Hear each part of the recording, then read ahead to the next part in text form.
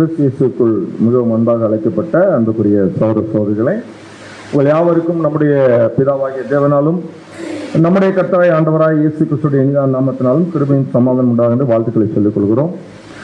தேவனுடைய பெரிதான கிருபையினாலே தேவனுடைய சமூகத்திலே ஒரு குடும்பமாக கூடி வந்து தேவனுடைய உன்னதமுள்ள வார்த்தைகளை தியானிக்கத்தக்கதாக தேவன் இந்த நாளிலே நமக்கு கிருபை செய்திருக்கிறாங்க. அதற்கு தேவனுக்கு நம்ம நன்றிகளையும் சோத்திரங்களையும் மறுபடியும் எடுத்துக்கொள்வோம்.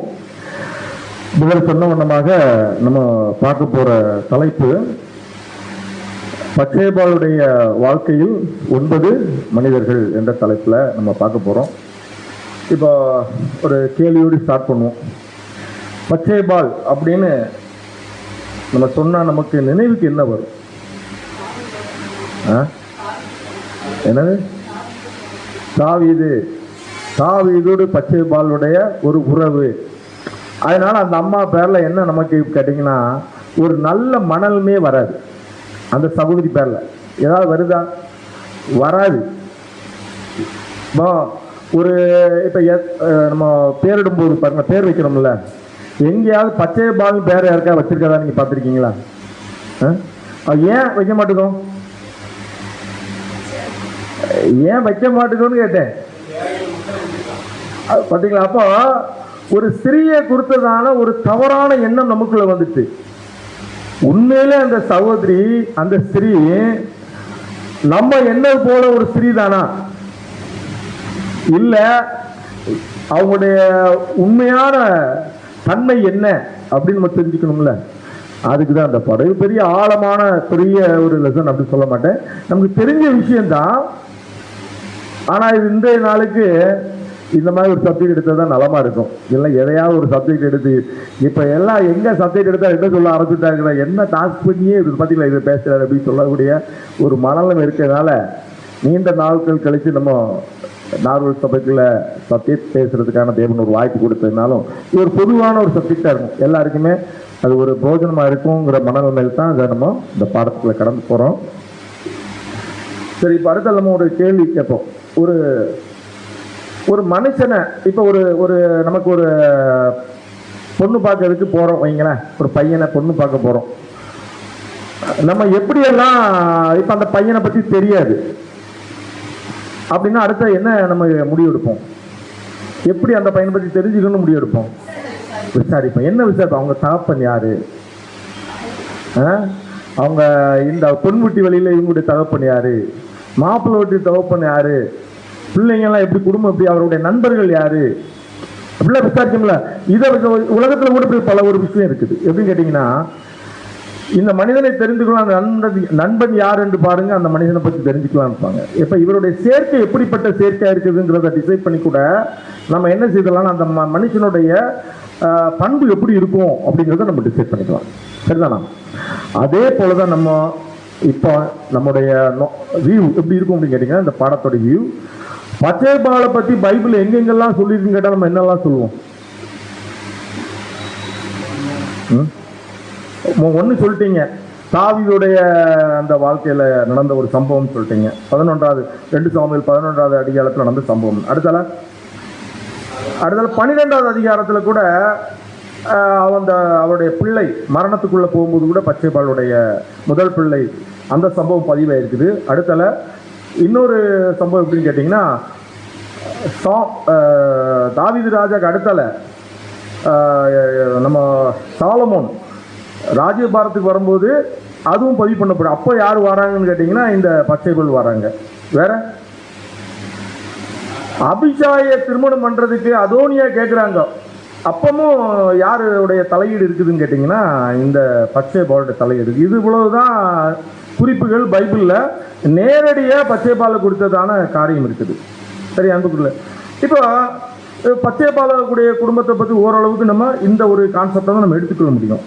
பாருங்க, இன்னும் கொஞ்சம் நெருக்கமாக இப்போ பச்சைபாலை பற்றி, இது ஒரு புகழ்பெற்ற குடும்பம். இவங்க பச்சைபால் குடும்பம் ஃபேமிலி எப்படின்னு கேட்டிங்கன்னா, இஸ்ரேல் தேசத்தில் ஒரு புகழ்பெற்ற குடும்பம். எப்படி?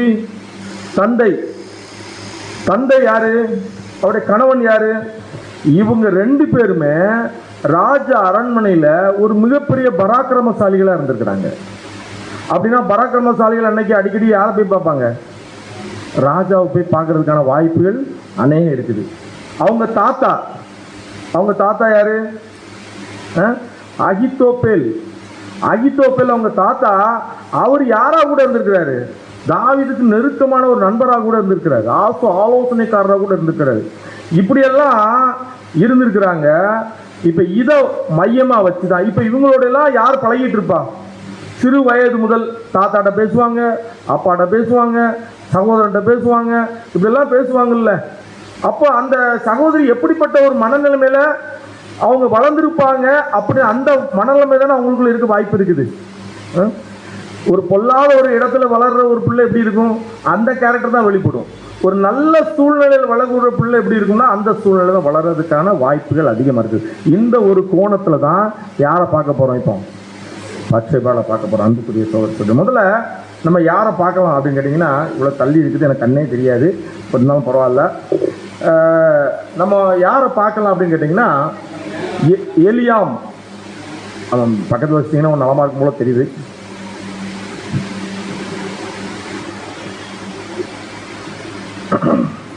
சப்ஜெக்ட் கேட்டிருக்கீங்களா? மூணு நாளைக்கு மேலே. இப்போ ரீசெண்டாக யாரும் கேட்கல இல்லை? அப்போ ரொம்ப சந்தோஷம். கேட்குறீங்களா? இது வந்து ஒரு ஃபாரின் பிரதர் எடுத்தது. கால் ஹேங்க்சிக்ஸ்னு ஒரு பிரதர், ஒரு நல்ல ஃபாரின் பிரதர். அவங்களுடைய மகளை கூட நானும் பிரதர் மரியதாசனும் கூட கன்னியாகுமரியில் சந்திச்சோம். இப்போ ரீசெண்டாக அவங்க இறந்து போயிட்டாங்க. ஒரு 1 இயருக்குள்ளே தான் இருக்கும். அவங்க வந்து கேன்சரில் இறந்து போயிட்டாங்க. அந்த தேவன் அவங்கள சந்தித்து அவங்களோடு பேசுகிறதுக்கு தேவன் அந்த வாய்ப்பை கொடுத்தாங்க. சரி, போயிடுவோமா?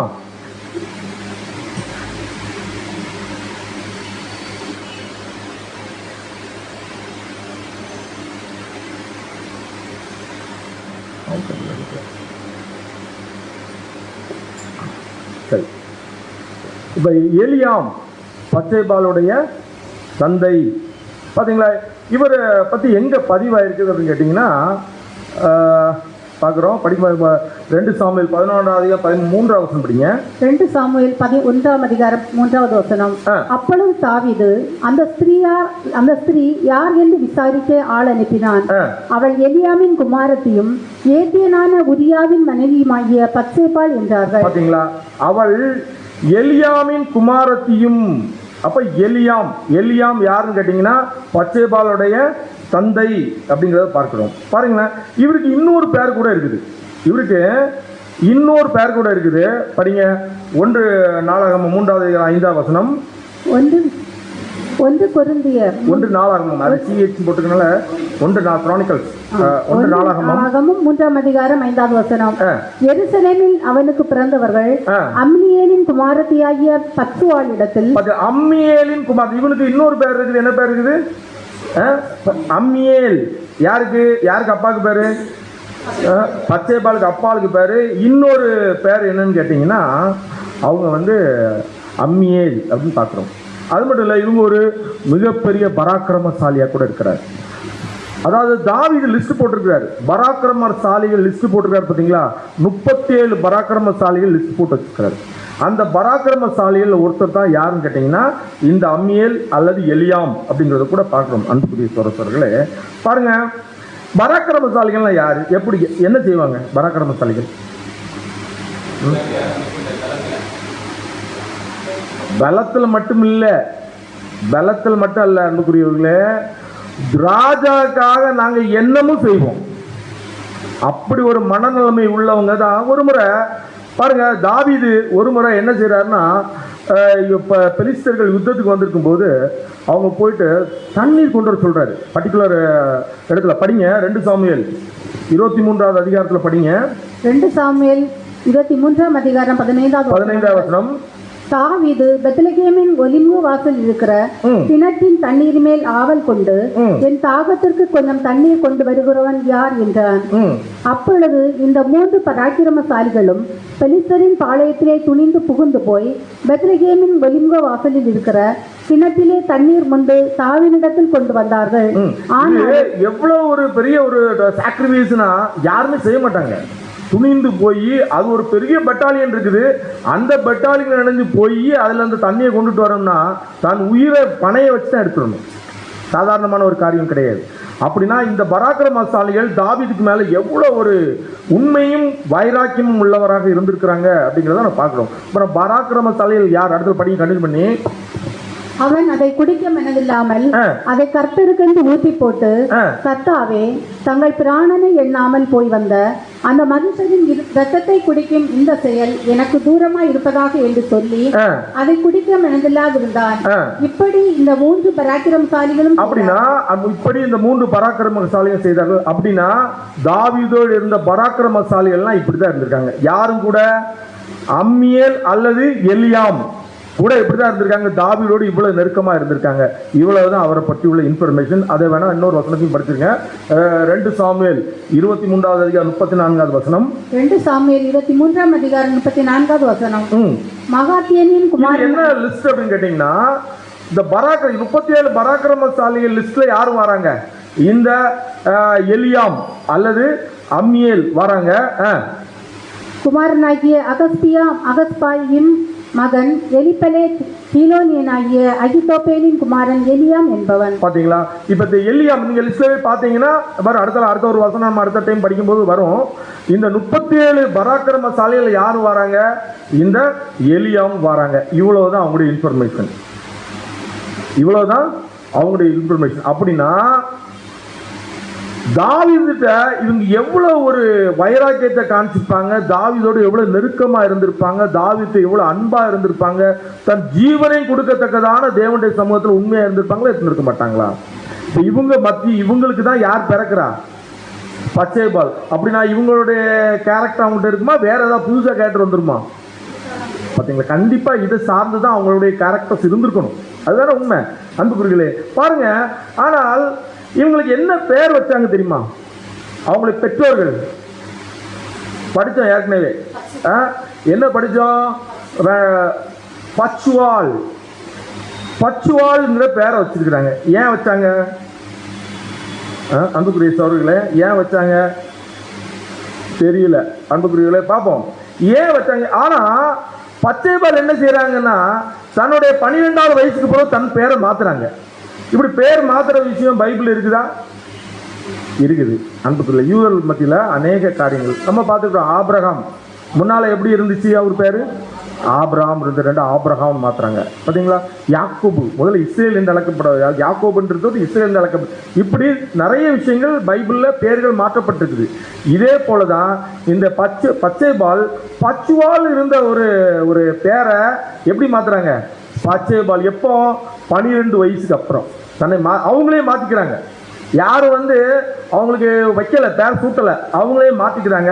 இப்போ இது அவங்களுக்குள்ள ஒரு சடங்கு. 12 வயசுல ஒருத்தர் என்ன வந்துருந்தாங்க, ஒரு ஆவிக்குரிய மனநிலைமையில் அவங்க நியாயப்பிரமாணத்தை கற்றுக்கொள்ளுகிற ஒரு சூழ்நிலை வரும்போது அவங்க நம்ம ஆண்டவராக இயேசு கிறிஸ்து எத்தனை வயசுல போனாங்க? 12 வயசுல போனீங்க. பார்த்தீங்களா? இதே மாதிரி நியாயப்பிரமாணத்தை கற்று தேர்ந்த பிறகுதான் அவங்க என்ன செய்யறாங்கன்னா அவங்களுடைய அந்த பேரை மாற்றுறாங்க. இப்போ நான் அடுத்து என்ன பார்க்குறோம் அப்படின்னு கேட்டேன். இப்போ அந்த பச்சைபால்னா என்ன மீனிங்? ஏன் அவருக்கு பச்சைபால்னு பேர் வச்சாங்க? ஏன் பச்சுவால்னு பேர் வச்சாங்க? ஏன்னா பேர்ல தான் அவங்களுடைய சில காரியங்கள் கூட இருக்கு. பச்சுவால் அப்படின்னா என்ன அர்த்தம் அப்படின்னு கேட்டேன். எனது ஐஸ்வர்யத்தின் மகள். பச்சுவால் என்ன அர்த்தம்? எனது டாட்டர் ஆஃப் மை ப்ராஸ்பரிட்டி, என் ஐஸ்வர்யத்தின் மகள் அப்படிங்கிறது பேர். அன்புக்குரியவர்களே பார்த்தீங்களா? அப்படின்னா ஏன் அந்த பேரை வச்சிருப்பாரு? அப்படி ஏன் அப்படி வச்சிருக்க வாய்ப்பு இருக்கு அப்படின்னு கேட்டீங்கன்னா, பிரதர் என்ன எழுதுறாங்கன்னா, தாவீதோடு சேர்ந்து அவர் வாழும்போது ஐஸ்வர்யமும் அவருக்கு சில பேர் சொல்லுவாங்களா, இந்த குழந்தை பிறந்துச்சு நான் வேற மாதிரி மாற்றி பாருங்க, ஏன்னா அந்த பிறந்த ராசி என்னவோ தெரியல, என்ன இந்த குணம் சொல்லுவாங்களா, அதே மாதிரி தாவீதோட இணைந்து அவர் பணியாற்றும் போது செல்வத்திலும் என்ன செய்திருக்கிறாரு? ரொம்ப மேல வளர்ந்துருக்கிறாரு. அதனால அந்த அந்த பச்சைபாலுக்கு எப்படி பேர் வச்சிருக்காங்கன்னா, ஐஸ்வர்யத்தின் மகள் பச்சுவால் அப்படின்னு படிச்சிருக்காங்க. ஆனா இவங்க பச்சைபால் என்ன செய்யறாங்க? தன்னுடைய ஏற்ற வேலை வரும்போது பச்சைபால் என்ன அர்த்தம்? ஆணையின் மகள் அல்லது வாக்குறுதியின் மகள். பாத்தீங்களா? டாட்டர் ஆஃப் அன் ஓத், அது ஆணையின் மகள் அல்லது வாக்குறுதியின் மகள். இது எதை சார்ந்து இருக்குதுன்னு கேட்டீங்கன்னா, ஆபிரகாமோட தேவன் ஒரு உடன்படிக்கை செய்தார் பாத்தீங்களா, இந்த உடன்படிக்கை சார்ந்த அந்த பேர் அமைதி. அன்புக்குரியவர்களே பாருங்க, அப்படின்னா இவங்க எதை தேடி இருக்கிறாங்க? ஒரு காலம் வர அவங்களுக்கு ஞானம் இல்லாத நாட்கள் வர அந்த பேர் இருக்குது. மறுபடியும் மாறும்போது தேவனை அறிகிற அறிவுல வளரும் போது அவங்க தன்னை பேரை மாற்றி கொண்டாங்க அப்படிங்கிறத பார்க்கிறோம். ஆணையின் மகள் அல்லது உடன்படிக்கையின் மகள். அப்ப தேவனை பற்றி கொள்ளுகிற அறிவில் அவங்க என்ன சொல்றாங்க, ஆவிக்குரிய வளர்ச்சியில் அவங்க முதிர்ச்சியா இருக்கணும்ங்கிறதான் ஃபீல் பண்ணிடுறாங்க. யாரு? இந்த பச்சைபால். அன்புக்குரிய சகோதரர்களே பாருங்க, இதில் நமக்கு என்ன பாடம்? இந்த ஒரு சின்ன விஷயத்தில் நமக்கு என்ன லெசன் நிற்போம் அப்படின்னு கேட்டீங்கன்னா, எல்லா காலங்களிலும் உலக பிரமாணம் ஐஸ்வர்யம் என்ன செய்யும்? நம்மளோடு தான் இருக்கும் அல்லது இல்லாமல் போகும். எல்லா காலங்களிலும் ஐஸ்வர்யம் நம்மளோட இருக்கும் அல்லது இல்லாமல் போகும். ஆனால் ஆவிக்குரிய முதிர்ச்சி எப்பொழுதும் நம்ம இருக்கணும். அதை தேடுகிற பிள்ளைகளாக தான் நம்ம எப்படி இருக்கணும். உழைக்கிறோம், கஷ்டப்பட்டு உழைக்கிறோம், முன்னேற்றம் அடைகிறோம், ஒரு உலகப்புறமான ஆசீர்வாதம் நமக்கு கை உள்ளது. அது பிளஸிங் கிடையாது. எப்படி பச்சைபால் ஆவிக்குரிய ஒரு விஷயத்தை தேர்ந்தெடுத்தாங்களோ, ஒரு உடன்படிக்கைக்கு உடைய பாத்திரமான நான் இருக்கணுங்கிறத பேரையே மாற்றி கொண்டாங்களோ, அதே போலதான் ஆவிக்குரிய பிள்ளைகளும் அதை நோக்கியான பிரயாணம் தான் நமக்கு இருக்கணும். அதனாலதான் 1 தீமோத்தேயு 4வது அதிகாரம் 8வது வசனம் படிங்க. 1 தீமோத்தேயு 4ஆம் அதிகாரம் 8வது வசனம். சரீர முயற்சி அற்ப பிரயோஜனம் உள்ளது. சரீர முயற்சி நம்ம பண்ற பார்த்தீங்கன்னா அநேக முயற்சிகள், செல்வமாகிறதுக்கு, படிக்கிறதுக்கு, அநேக முயற்சிகள் பண்றோம் பார்த்தீங்களா, இதெல்லாம் என்னதான்? அற்பமானது.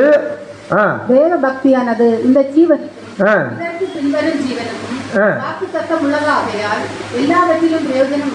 பாத்தீங்களா?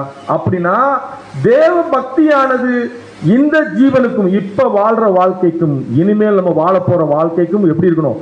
ஆவிக்குரிய வாழ்க்கை பிரயோஜனம் உள்ளதாக இருக்குது. அன்புக்குரிய சகோதரர்களே, அதனால ஆவிக்குரிய வளர்ச்சியில முதிர்ச்சி அடையிறதுக்கு பிரயாசப்படணும். இதுதான் இந்த ஒரு பாயிண்ட்ல இருந்து நமக்கு ஒரு லெசன் கொடுக்குறாங்க அப்படிங்கிறத பார்க்கணும். இப்ப இந்த சூழ்நிலை யார் வளர்ந்துட்டு இருக்கிறாங்க? பச்சைபால் வளர்ந்துட்டு இருக்காங்க. உங்க தகப்பன் மூலமா நம்ம பார்க்கிறோம். அடுத்தால யாரை பார்க்கலாம் அப்படின்னு கேட்டீங்கன்னா, அகித்தோப்பேல். அகித்தோப்பேல் யார் அப்படின்னு கேட்டீங்கன்னா, ராஜாவுடைய முதன்மையான ஆலோசனைக்காரராக இருந்திருக்க. முதன்மையான ஆலோசனைக்காரர். அவர் எவ்வளவு தூரம் மதிக்கப்பட்டிருக்கிறார் அப்படின்னு கேட்டீங்கன்னா, அன்றைக்கு ஆசாரியராக யாரெல்லாம் இருக்கிறாங்கன்னா, அபியாத்தார் மற்றும் யோய்தா, இவங்க 2 பேரும் ஆசாரியர்களா இருக்கிறாங்க. சரியா? இப்போ பொதுவா யூதர்கள் மத்தியில் யாருக்கு அதிக ஒரு கனத்துக்குரிய பாத்திரமா எண்ணுவாங்கன்னு கேட்டீங்கன்னா, ஆசாரியர்கள் தான். ஆனா ஆசாரியர்களை காட்டிலும் யார் கனத்துக்குரிய பாத்திரமா அன்னைக்கு எண்ணிருக்காங்கன்னு கேட்டீங்கன்னா, இந்த அகித்தோப்பேல் எண்ணப்பட்டிருக்கிறார். அன்புக்குரிய சகோதரர்களே படிப்போம். 1 நாளாகமம் 27 33 34. 1 நாளாகமம் 27ஆம் அதிகாரம் 33 மற்றும் 34 வசனங்கள். அகித்தோப்பேல் ராஜாவுக்கு ஆலோசனைக்காரனாய் இருந்தான். அர்கியனான ஊசாயி ராஜாவின் தோழனாய் இருந்தான். பெனாயாவின் குமாரன் யோய்தாவும் அபியத்தாரும் அகித்தோப்பேலுக்கு உதவியா இருந்தார். பாருங்க, யாருக்கு உதவியா இருந்திருக்கிறாங்க? அகித்தோப்பேலுக்கு உதவியா யாரெல்லாம் இருந்திருக்கிறாங்க? யோய்தாவும் அபியத்தார். இவங்க 2 ஆசாரியர்கள். அப்படின்னா அந்த அகித்தோப்பேல் ரொம்ப ஆலோசனை, ரொம்ப ஒரு கனத்துக்குரிய பாத்திரமா அன்னைக்கு எண்ணப்பட்டிருக்காங்க. பாருங்க, அடுத்து போதும். அன்புக்குரிய சகோதரர்களே, அப்படின்னா பாருங்க, இப்ப இந்த ஒரு அப்ப ஞானம் நிறைந்த ஒரு மனிதனாக தேவனுடைய சமூகத்துல யார் இருந்திருக்கிறார்? இந்த அகித்தோப்பேல் இருந்திருக்காங்க. அதுவும் இல்ல, அவருடைய வார்த்தை தேவனுடைய வார்த்தை போல இருந்திருக்கு. அவர் ஒரு தீர்க்கதரிசியா இருந்திருக்கிறாரு. அப்படின்னா ஒரு தீர்க்கதரிசியுடைய பேச்சு அவங்க தேவனுடைய சமூகத்துல. அப்படின்னா அவங்க ஒரு சாதாரணமான ஒரு மனநிலைமை இருக்குமா அவங்களுக்கு? நம்ம அவங்கள எப்படி அவங்க ஆரம்பத்தை எப்படி சொல்லிட்டோம்? என்ன சொன்னோம்? உடனே அவங்களுக்கு என்ன ஏழதா வருது? ஏன்னா நம்ம மனித சிந்தனையிலிருந்து யோசிக்கிறோம். தேவன் அவங்களை எப்படிப்பட்ட பாத்திரமாக பயன்படுத்தியிருக்காங்க அப்படிங்கிறத நம்ம பார்க்கணும். அன்புக்குரியவர்களே பாருங்க, படிப்போம். 1 சாமுவேல் 16:23 வசனம். 2 சாமுவேல் 16:23. 2 சாமுவேல் 16ஆம் அதிகாரம் 23வது வசனம். அந்நாட்களில் அகித்தோப்பேல் சொல்லும் ஆலோசனை தேவனுடைய வாக்கை போல் இருந்தது. அப்படி அகித்தோப்பேலின் ஆலோசனை எல்லாம் தாவீதுக்கும் இருந்தது. அப்சலோமும் பாத்தீங்களா ஒரு சூழ் ஏன் இப்ப இந்த வசனம் ஏன் அப்படி சொல்லுதுன்னு கேட்டீங்கன்னா, ஒரு காலப்பகுதியில ரெண்டா பிரிகிறாங்க. யாரு? அப்பாவுக்கு மகனுக்கு பிரச்சனை வந்தாச்சு. பையன் என்ன செய்யறாரு? தான் ராஜபாரத்துக்கு வரணும் அப்படின்னு ஆசை வந்துட்டு அதுக்காக ஒரு டீமை சேர்த்துட்டு செயல்படுறாரு. இப்போ அகித்தோப்பேல் யார் கூட குரூப்ல போயிட்டாரு? அப்சலோமோட குரூப்ல போயிட்டாரு. தாவீது இதுக்காக பயந்து போய் என்ன செய்யறாரு? கிளம்பி ராஜ்யபாரத்துல இருந்து கிளம்பி ஒரு டீமோடு வெளியில போறாரு. இப்போ இப்போ இப்போ யாருக்கு ஆலோசனைக்காரர் ஆயிட்டாரு? அப்சலோம். இப்ப அவரு ஒரு 2 ஆலோசனை கொடுக்குறாரு. ஒரு ஆலோசனை என்னது? படிப்போம் அன்புக்குரியவர்களே. அப்சலோமுக்கு இந்த அகித்தோப்பேல் ஒரு ஆலோசனை கொடுக்குறாரு பாருங்க. 2 சாமுவேல் 11:21. 2 சாமுவேல் 16:21. அப்பொழுது அகித்தோப்பேல் அப்சலோமை நோக்கி, வீட்டை காக்க உம்முடைய தகப்பன் பின் வைத்த அவருடைய மறுமனை ஆட்டிகளிடத்தில் பிரவேசியும். அப்பொழுது உம்முடைய தகப்பனுக்கு நாற்றமாய் போறீர் என்பதை இஸ்ரவேலர் எல்லாரும் கேள்விப்பட்டு உம்மோடு இருக்கிற எல்லாருடைய கைகளும். ஒரு ஆலோசனை கொடுக்குறாரு. என்ன ஆலோசனை கொடுக்குறாரு? நீ உங்களுடைய தகப்பனோட மறுமனை ஆட்டிகளோட பிரவேசியும். அப்படின்னா உங்களுடைய தகப்பனுக்கு அது நாத்தமா போயிடும். அதனால தன்னுடைய பையனுடைய கை பலத்துட்டு தாவீது முடிச்சிட்டாரு அப்படின்ட்டு ஜனங்கள் நினைச்சிட்டு உங்க கூட வந்துருவாங்க அப்படின்னு அப்சலோம் அதை செய்யறாரு. 22வது வசனம். 2 சாமுவேல் 16:22. அப்படி அப்சலோமுக்கு உப்பரிகை மேல் ஒரு கூடாரத்தை போட்டார்கள். அங்கே அப்சலோம் சகல இஸ்ரவேலின் கண்களுக்கு முன்பாக தன் தகப்பனுடைய மறுமனையாட்டிகளிடத்தில் பிரவேசித்தான். பாத்தீங்களா? அது நடந்துச்சு. அது தாவீதுக்கு நாத்தமாவும் போனது. அப்ப தேவனுடைய வார்த்தை சொன்னபோது நடந்தது. தேவனுடைய மனுஷன் தானே நடந்துச்சு. அடுத்தால ஒரு வார்த்தை சொல்றாரு பாருங்க. அடுத்தால என்ன வார்த்தை சொல்றாருன்னா, தாவீது கிளம்பி போயாச்சு. அப்ப தாவீது என்ன சொல்றாரு? அப்சலோம் என்ன சொல்றாருன்னா, நாம இப்ப ஒரு படையா டீமா நான் போறேன், என்னுடைய தலைமையில போறோம், டீமா போயிட்டு இப்ப போனா கரெக்டா அவரை என்ன செய்யலாம்? போட்டுடலாம். இதுதான் சரியான நேரம் சொல்லும் போது இந்த இடத்துல தான் அவர் கொஞ்சம் ஸ்டாப் ஆனார். தேவனுடைய மனிதன் சொன்ன வார்த்தையை கேட்டிருந்தா அன்னைக்கு தாவீது என்ன இருப்பாரு? முடிஞ்சுமா. ஆனா தேவன் தாவீதுக்கு மேல வைத்த அளவுடன் அன்பினால சித்தத்தை மாத்துறாரு தேவன். அப்போ இங்க ஒரு கேரக்டர் உள்ள வாராப்ல. ஊசாயின்னு ஒரு கேரக்டர். யார் அது? ஊசாய் தாவீதோட நல்ல நெருங்கிய நண்பர். அப்ப இவரு உள்ள இப்ப இதை படிச்சிருவோம். 2 சாமுவேல் 14:1-2. 2 சாமுவேல் 17:1-2 பின்பு அகித்தோப்பேல் அப்சலோமை நோக்கி, நான் 12,000 பேரை தெரிந்து கொண்டு எழுந்து இன்று ராத்திரி தாவீதை பின்தொடர்ந்து போகட்டும். அவன் விடாய்த்தவனும் கை தளர்ந்தோருமாய் இருக்கையில் நான் அவனிடத்தில் போய் அவனை திடுக்கிட பண்ணுவேன். அப்பொழுது அவனோடு இருக்கும் ஜனங்கள் எல்லாம் ஓடி போவதனால் நான் ராஜா ஒருவனை மாத்திரம் வெட்டி. பாருங்களா? அப்படின்னா அவர் கரெக்டான ஆலோசனை இல்லை. இப்போ அவரு போய் கிளம்பி போச்சு. மனம் ரொம்ப தாங்களோடு தான் போயிருப்பாரு. அவரால் யுத்தங்களுக்கு பலம் இல்லை. இப்படிப்பட்ட சூழ்நிலை தான் இருக்கிறாரு. இப்ப போனா என்ன செய்யலாம்? தாவீதை கொன்னு போடலாம். இது உங்களுக்கு நல்ல ஆலோசனை சொன்னோன்னே இவர் தேவன் கொஞ்சம் பிளான் பண்ணிட்டாரு. ஊசாயை அனுப்பி என்ன செய்தாரு? ஊசாய்ட்டையும் ஆலோசனை கேட்பா அப்படின்னு சொல்லி சொன்னோன்னா ஊசாட்டை காரணம் ஊசா என்ன சொல்லிட்டாரு? இது செய்யாதீங்க ராஜா, இது உங்களுக்கு அவமானம். அது இப்ப நீங்க செய்தீங்கன்னா பாருங்க. இப்ப போனீங்கன்னா அவர் தாவீது எப்படி இருப்பாரு? அடிப்பட்ட ஒரு வேங்கை போல இருப்பாரு. உங்களை எல்லாம் என்ன செய்வாரு? போட்டுருவாரு, க்ளோஸ் பண்ணிடுவாரு. இப்ப போயிடாதீங்க, நம்ம பின்னால உங்க தலைமையில ஒரு படையா போவோம், போய் நம்ம அவங்கள போட்டு தள்ளிடலாம் அப்படிங்கிற மனநிலைமையில ஒரு ஆலோசனை கொடுத்தோன்னே தாவீது அதை அப்சலோம் ஏற்றுக்கொண்டார். புரியுதா உங்களுக்கு? இங்க யாருடைய ஆலோசனை கேட்கப்படாம போச்சு? அகித்தோப்பேல். ஒருவேளை அகித்தோப்பேல் ஆலோசனை கேட்டிருந்தா உண்மையிலேயே தேவனுடைய ஆலோசனை தான். ஆனா அதை அவர் ஏற்றுக்கொள்ளல. அன்புக்குரிய சகோதரர்களே, இதனால அவருக்கு என்ன முடிவு வந்துச்சு? என்ன பண்ணாரு? அவரு வீட்டுல போய் தூக்கு போட்டு செத்து போயிட்டார். அன்புக்குரியவர்களை, ஏன் தூக்கு போட்டு செத்தாரு? அவருக்கு தெரியும் தாவீதை உன்னால கொல்ல முடியாது. இனிமேல் தாவீது வீட்டிலிருந்து வந்துருவாரு, அடுத்த மறுபடியும் நம்மளை போட்டுருவாரு, அதுக்குள்ள நம்ம போய் சேர்ந்துருவோம்ட்டு அவரா பார்த்து முடிவு எடுத்துட்டாரு. அன்புக்குரிய சகோதரர்களே, பாத்தீங்களா? அப்படின்னா இதை தான் மனசுல வச்சுட்டு தாவீது ஒரு இடத்துல சங்கீதத்தில் பாடுறாரு பாருங்க. சங்கீதம் 55:12-14 வரை வசனம் வாசிங்க. 52வது சங்கீதம் 12வது வசனம் முதல். என்னை நிந்தித்தவன் சத்ரு அல்ல.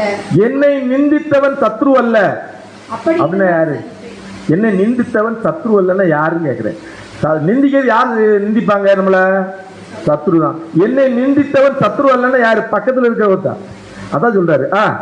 அப்படி இருந்தால் சகிப்பேன். அப்படி இருந்தா சகிப்பேன். என்ன சத்ரு என்ன நிந்திச்சான சகிச்சுக்குவேன். எனக்கு விரோதமாய் பெருமை பாராட்டினவன் பகைஞன் அல்ல. எனக்கு பகைஞன் அல்ல, அவன் பகைஞனும் அல்ல.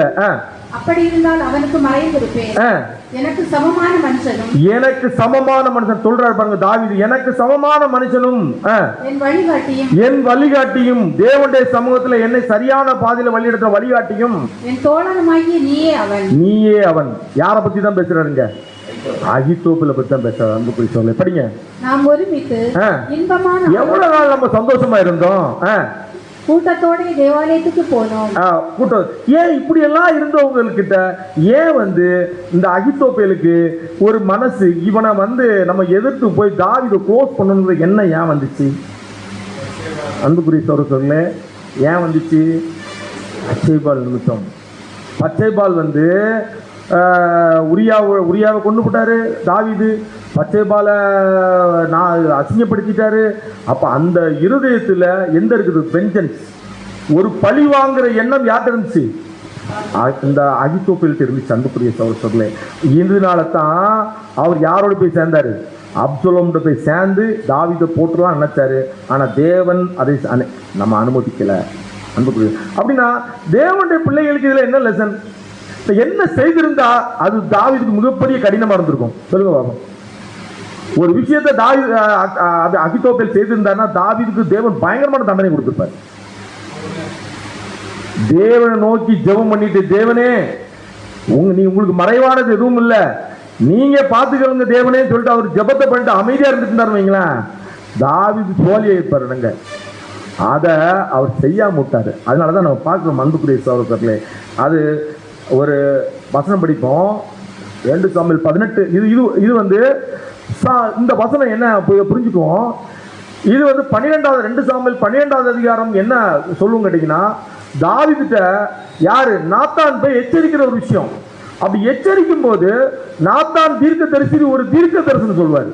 அந்த தீர்க்க என்னன்னு பாருங்க, படிங்க. 2 சாமுவேல் 12வது அதிகாரம் 11ஆம் வசனம். 2 சாமுவேல் 12ஆம் அதிகாரம் 11வது வசனம். கர்த்தர் சொல்கிறது என்னவென்றால், இதோ நான் உன் வீட்டிலே பொல்லாப்பை உன்மேல் எழும்ப பண்ணி உன் கண்கள் பார்க்க உன் ஸ்திரீகளை எடுத்து உனக்கு அடுத்தவனுக்கு. என்ன பண்ணிட்ட தாவீது? ஒரு பிறருடைய மனைவியை எடுத்து நீ தப்பு பண்ணிட்ட, நான் ஒரு தண்டனை கொடுப்பேன். என்ன தண்டனை கொடுப்பேன்னு கேட்டீங்கன்னா, பிறருடைய உன்னுடைய ஸ்திரீகளை எடுத்து பிறர் என்ன செய்வாங்க, தப்பு பண்ண மாதிரி ஒரு சூழ்நிலை உருவாகும் பாரு அப்படின்னு சொல்லி ஒரு தீர்க்கதரிசனம் படிச்சு முடிச்சிருங்க சொல்றாரு. அவன் இந்த சூரியனுடைய வெளிச்சத்திலே உன் ஸ்திரீகளை யாரு செய்தா? தன்னுடைய சொந்த மகனே செய்யறது மாதிரி தேவன் நிறுத்திட்டார். பாத்தீங்களா? முன்னாலெல்லாம் வசனம் சொல்லுவோம், முன்னாலெல்லாம் தவறு செய்த தப்பு செய்தவங்க யார? பெற்றோர் செய்தா பிள்ளைகள். இப்ப தாவீதுக்கு என்ன செய்யுது? அவர் செய்த அவர் நாட்டம் அவரே என்ன கூசுற மாதிரி ஆயிடுச்சு. பாத்தீங்களா?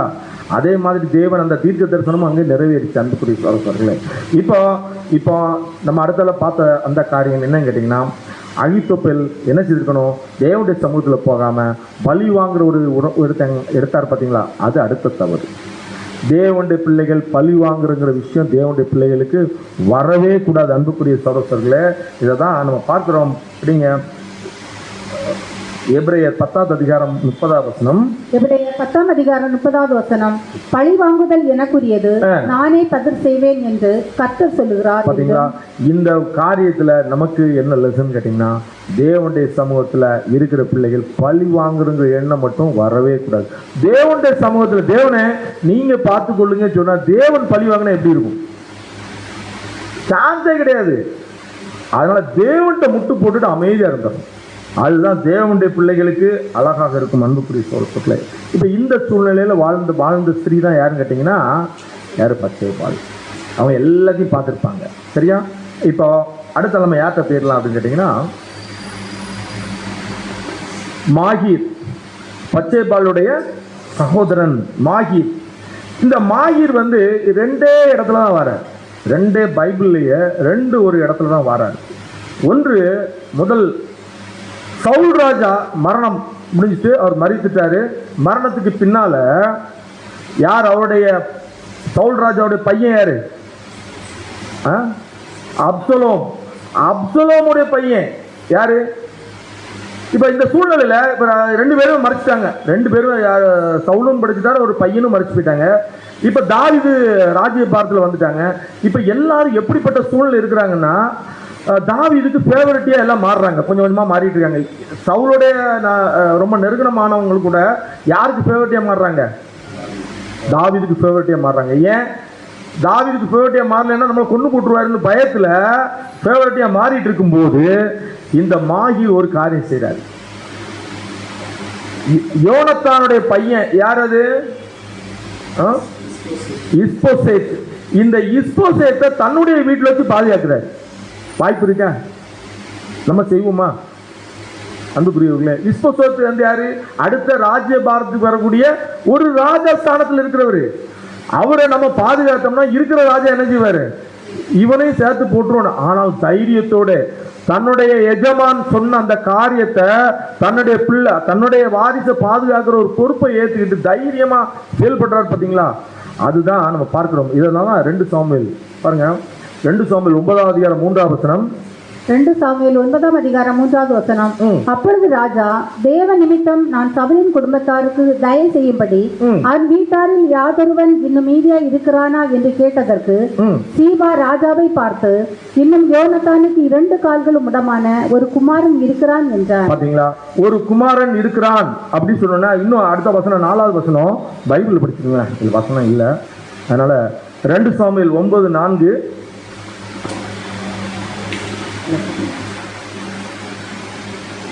2 சாமுவேல் 9ஆம் அதிகாரம் 4வது வசனம்.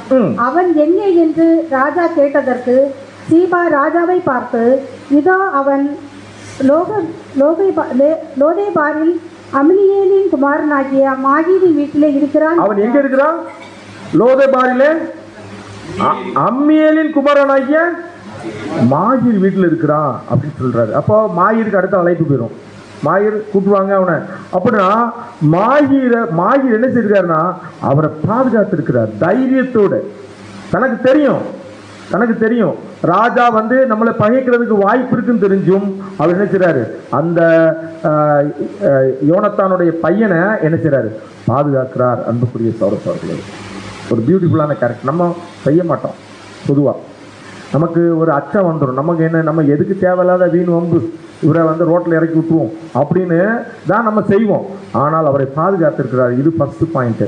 2வது காரியம் என்னன்னு கேட்டிங்கன்னா, மாகீரோடைய அடுத்த ஒரு காரியம் என்னன்னு கேட்டிங்கன்னா, தாவீது இந்த அப்சலோம் நிமித்தம் வெளியில் போகிறாரு. பார்த்தீங்களா? அவர் போயிட்டு விடாய்த்து போயிருக்கிறாரு. எங்கே போயிருக்கிறார்? அவர் மகினாம் அந்த கெபியில் அவர் கடந்து போகிறாரு. போகும்போது இந்த குரூப் வந்து என்ன யார்? இந்த மாகீரும் அவரோடு சார்ந்தவங்க என்ன செய்கிறாங்க? எதிர்கொண்டு வந்து அவருக்கு நிறைய காரியங்களை செய்கிறாங்க. அவங்களுக்கு நன்மையானதை செய்கிறாங்க. பாருங்க, 2 சாமுவேல் 17ஆம் அதிகாரம் 27லிருந்து 29 வரை. 2 சாமுவேல் 17ஆம் அதிகாரம் 27ஆம் வசனம் முதல். தாவீது மக்னாயீமில் சேர்ந்தபோது அம்மோன் புத்திரரின் தேசத்து ரப்பா பட்டணத்தனாகிய சோபி என்னும் நாகாசின் குமாரனும் லோதேபார் ஊரானான அம்மியேலின் குமாரன் மாகீரும் ரோகிலீம் ஊரானும் கீரியாத்தினும் ஆகிய பர்சிலாவும் மெத்தைகளையும் என்னெல்லாம் கொண்டு வந்திருக்காங்கன்னு பாருங்க. மெத்தைகள், கலங்களையும் மண்பாண்டங்களையும் கோதுமையையும் வார்கோதுமையையும் மாவையும் வறுத்த பயத்தையும் பெரும் பயத்தையும் சிறு பயத்தையும் வறுத்த சிறு பயத்தையும் தேனையும் வெண்ணெயையும் ஆடுகளையும் பால் கட்டிகளையும் தாவீதுக்கும் அவனோடு இருந்த ஜனங்களுக்கும் சாப்பிடுவதற்கு கொண்டு வந்தார். எவ்வளவு ஒரு இன்னைக்குள்ள வண்டியில பிடிக்கிறதா இருந்தா என்ன ஒரு வண்டி பிடிக்கலாம்? ஒரு 407 ஒரு 407 பிடிச்சி எல்லாத்தையும் கொண்டு போய் அந்த சாமானத்தை கொடுக்குறாரு. இப்போ இந்த இப்படி மாயீர் வந்து கொடுத்துருக்காரு அப்படின்னு சொல்லி ராஜாவுக்கு தெரிஞ்சா என்ன நடக்கும்? மாயீரை முதல்ல போடுங்கப்பா அப்படித்தானே சொல்லுவாரு ராஜா. ஆனாலும் தைரியத்தோடு. இதுல இன்னொரு பியூட்டி என்னன்னு கேட்டீங்கன்னா, இந்த அகித்தோப்பேல் இருக்காரு பார்த்தீங்களா? அகித்தோப்பேல் தாத்தா. இவரு வந்து அகித்தோப்பேலுக்கு பேரன். சரியா? அகித்தோப்பேல் வந்து அவரை சேவிக்கிறாரு. ஆனா தாவீது அப்ப கேரக்டர் அவர் ஃபைண்ட் அவுட் பண்ண. தாவீது இஸ் பெஸ்ட் கேரக்டர். இவ்வளவு தவறுகள்லாம் நடக்குது. ஆனாலும் கூட யாருக்கு? மாகீர் ராஜாவுக்கு உண்மை உள்ளவனாக இருக்கிறார். பாத்தீங்களா? அப்ப தாவீதை ரொம்ப உள்வாங்கிருக்கணும். யாரு? மாகீர் உண்மையிலே தாவீதுட்ட சிநேகமா இருந்ததுனாலதான் இவ்வளவு காரியத்தை செய்யறாரு. அப்படின்னா அன்புக்குரிய சகோதரர்களே, கொஞ்சம் யோசிச்சு பாருங்க. ஒரு சூழ்நிலை இன்னொரு ராஜா வராங்க. இந்த ராஜா வரக்கூடிய சூழ்நிலை தான் யாரை பாதுகாக்க வேண்டியிருக்குன்னு கேட்டிங்கன்னா, யோனத்தானுடைய பையனை பாதுகாக்க வேண்டியிருக்குது. அது ரொம்ப கடினமான வேலை. தைரியத்தோடு, அப்போ தைரியம் உள்ள ஒரு மனிதனாக இருந்திருக்கிறார். ரெண்டாவது காரியம், தாவீதுக்கு எதிர்கொண்டு போய் தனக்கு உள்ளதெல்லாம் கொடுத்துருக்கிறார். கஷ்டத்தில் இருக்கும்போது இடுக்கன் உதவுவதே என்ன உலகத்தை சொல்கிறாங்க பாருங்க, நண்பன் அப்படி சொல்கிறாங்கல்ல. நம்முடைய சகோதரர்களுக்கு எந்த சூழ்நிலையிலும் நம்ம என்ன செய்யணும், உதவிக்கரம் நீட்டுகிற பிள்ளைகளாக இருக்கணும். சோர்ந்து போகிறவங்களுக்கு தான் ஆதரவு. தைரியம் நல்லா ஓடிட்டு அப்படி தெம்பா இருக்கிறவங்களுக்கு தேவையே கிடையாது. யார் விடாய்த்து இருக்கிறாங்களோ அவங்களுக்கு நல்ல வார்த்தைகளை தந்து அவங்களை தேற்றுவதுதான் தேவனுடைய பிள்ளைகளுக்கு அழகு. அன்புக்குரிய சோழர்களே, பார்த்தீங்களா, அதை தான் யார் செய்தான்னு கேட்டிங்கன்னா அந்த மாகீர் செய்தார் அப்படிங்கிறத பார்த்தோம். பாருங்க, புதிய ஏற்பாட்டில் கூட பர்னபாஸ், நம்ம பர்னபாஸ் என்னன்னு சொல்கிறோம், அவர் எப்படி சொல்கிறோம், ஆறுதலின் மகன். எல்லாரும் ஆறுதலின் மகன். அவர் என்னெல்லாம் பண்ணியிருப்பாரு, என்ன பண்ணியிருப்பாருன்னு கேட்டு ஒரு கற்பனைக்கு சில விஷயங்கள்லாம் பைபிள் இருக்காது. நம்ம தான் என்ன செய்திருக்கணும், கண்டிப்பாக அன்புக்குரிய சகோதரர்களே, சான்ஸே கிடையாது. அவ்வளோ உதவி செய்திருப்பாரு. அதுபோக யாரெல்லாம் ஆவிக்குரிய ஒரு வாழ்க்கையில் சோர்வாக இருக்காங்கள்ட்டெல்லாம் இப்போ ஆறுதல் படுத்தி பவுலையே ரெண்டாவது கொண்டு வந்து அவர் ஓட வச்சு எவ்வளோ பெரிய காரியத்தை. இப்படி தான் தேவனுடைய பிள்ளைகள் யாரமால இருக்கணும், அந்த மாயீர் போல நம்மளும் இருக்கணும். அன்புக்குரிய சகோதரர்களே, இதில் தான் பார்க்குறோம். எபிரேயர் 10வது அதிகாரம் 32-33. எபிரேயர் 10ஆம் அதிகாரம் 32-33 வசனங்கள். முந்தின நாட்களை நினைத்துக் கொள்ளுங்கள், நீங்கள் பிரகாசமாக்கப்பட்டிருந்த அந்த நாட்களில். நம்ம முன்னால பிரகாசிக்கப்பட்ட பார்த்தீங்களா, அந்த நாள் என்னைக்குமே அந்த பிரகாசிக்கப்பட்ட நாட்கள் எப்படி இருந்தோமோ அப்படியே தான் கடைசி இருக்கணும். நினைத்துக் கொள்ளுங்கள், உபத்திரவங்களாகிய மிகுந்த போராட்டத்தை சகித்தீர்களே. நம்ம அப்பெல்லாம் ஒவ்வொருத்தரும் வந்து சின்னது குடும்பத்தில் ஒவ்வொருத்தரும் வந்து பக்கத்து வீட்டுக்கார யாருனா பேசினா என்ன எங்க சத்தியத்துக்கு எங்க போறாங்கன்னே தெரியல, என்னத்தையோ பண்ணிட்டு இருக்காங்க. அப்பெல்லாம் சகித்தோம். நிந்தைகளாலும் உபத்திரவங்களாலும் நீங்கள் வேடிக்கையாக்கப்பட்டதும் அல்லாமல். வேடிக்கை கூட ஆக்கப்பட்டிருக்கணும். பல இடத்துல வேடிக்கையாக்கப்பட்டோமா, எப்படி வேடிக்கை மாட்டோம் பாருங்க. அப்படி நடத்தப்பட்டவர்களுக்கு பங்காளிகள். அப்படி நடத்தும் எப்படின்னா, நம்ம முதல்ல போய் டூத்த போய் சொல்லுவோம், ஓப்பா இதெல்லாம் வந்து எங்களுக்கு தெரியும் அப்படின்னு சொல்லி அவமானப்படுத்தி அனுப்பிடுவாங்க. கொஞ்ச நாள் கழிச்சு 2 வருஷம் கழிச்சு அவரே ட்ரூத் வந்துருவாரு. அவருக்கு நம்ம என்ன ஆயிடுவோம், பங்காளி ஆயிடுவோம். பார்த்தீங்களா, அப்படியெல்லாம் நடத்தப்பட்டவங்கன்னா சகித்திருக்கிறோமே. ஆனா இப்போ உங்களுடைய கேரக்டர் எங்க போச்சு அப்படின்னு கேட்கிறாரு. அடுத்தபடிங்க சாமுவேல், யாக்கோபு 1வது அதிகாரம் 27. ஜேம்ஸ், யாக்கோபு 1:27. யாக்கோபு 1ஆம் அதிகாரம் 27வது வசனம்.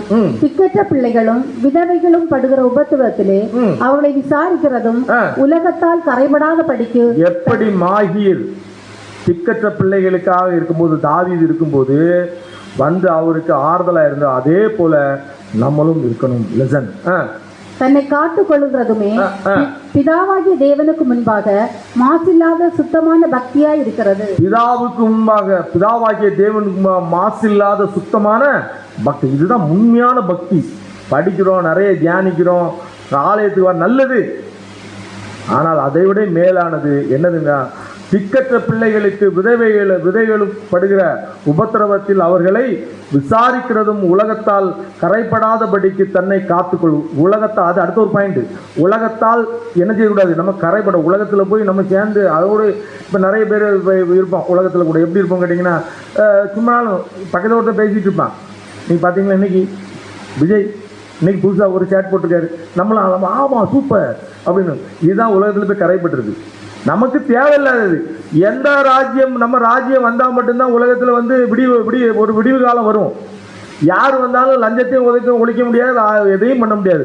தற்காலிகத்துக்கு எல்லாத்துக்கும் இந்த நம்ம இதில் படிப்போம், ஏழை லாசரில் இந்த நாய் வந்து நக்கும். ஒரு தற்காலிக வந்து எனது ஒரு டெம்பரரி ரிலீஃப் தானே ஒழிய அந்த உலகத்துக்கு. ஆனால் கிங்டம் வந்தாதான் நமக்கு எந்த நன்மையும் வரும். அன்புக்குரிய இதை மனசில் வச்சுக்கணும் என்னைக்குமே. பார்த்தீங்களா, அப்படின்னா இந்த யாக்கோபு சொல்றது போல் நம்முடைய பிதாவாகிய தேவனுக்கு முன்பாக மாசில்லாத சுத்தமான பக்தியாய் நம்ம இருக்கிறதுக்கு நம்ம பிரயாசம். இது யார்கிட்ட நம்ம எடுக்கிறோம், இந்த மாகீட்டிலிருந்து எடுக்கிறோம். மாகீட்டிலிருந்து நமக்குள்ள லெசனாக இருக்கு. அன்புக்குரிய சௌரத்தில் அடுத்தல பார்ப்போம். உரியா, அவருடைய முதல் கணவர். பாருங்க, இந்த பிரதர் எழுதும்போது இந்த உரியா மாதிரி ஒரு கேரக்டரை பார்க்க முடியாதுன்னு சொல்லுறாரு. கற்பனை செய்து பார்க்க முடியாத ஒரு கேரக்டர் அப்படின்னு எழுதுறாரு அன்புக்குரியவர்கள். இந்த பிரதர் எழுதும் போது அவ்வளோ பியூட்டிஃபுல்லான ஒரு கேரக்டர் பார்த்துருங்க. ஏங்கன்னா பாருங்க, இந்த உரியா வந்து யாருன்னு கேட்டிங்கன்னா ஒரு ஏத்தியன். அது ஏத்தியன்னா யாரு?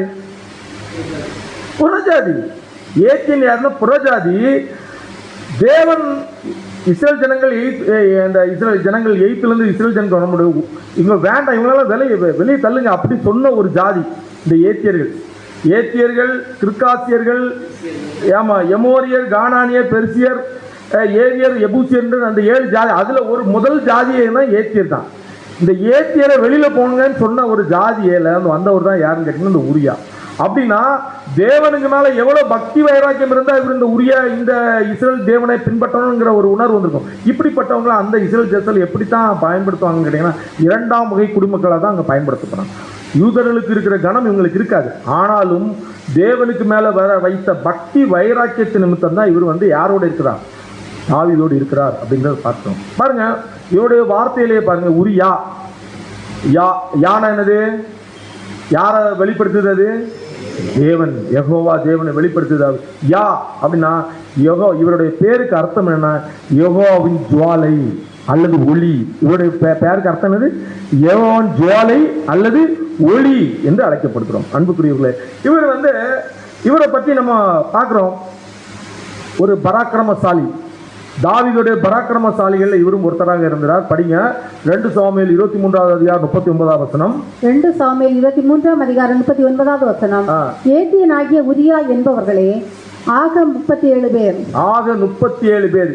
ஏத்தியனாகிய உரியா என்பவர்களே ஆக 37 பேர் தான். யாரு கேட்டீங்கன்னா இந்த பாருங்க, இந்த படைத்தளபதி யாரு?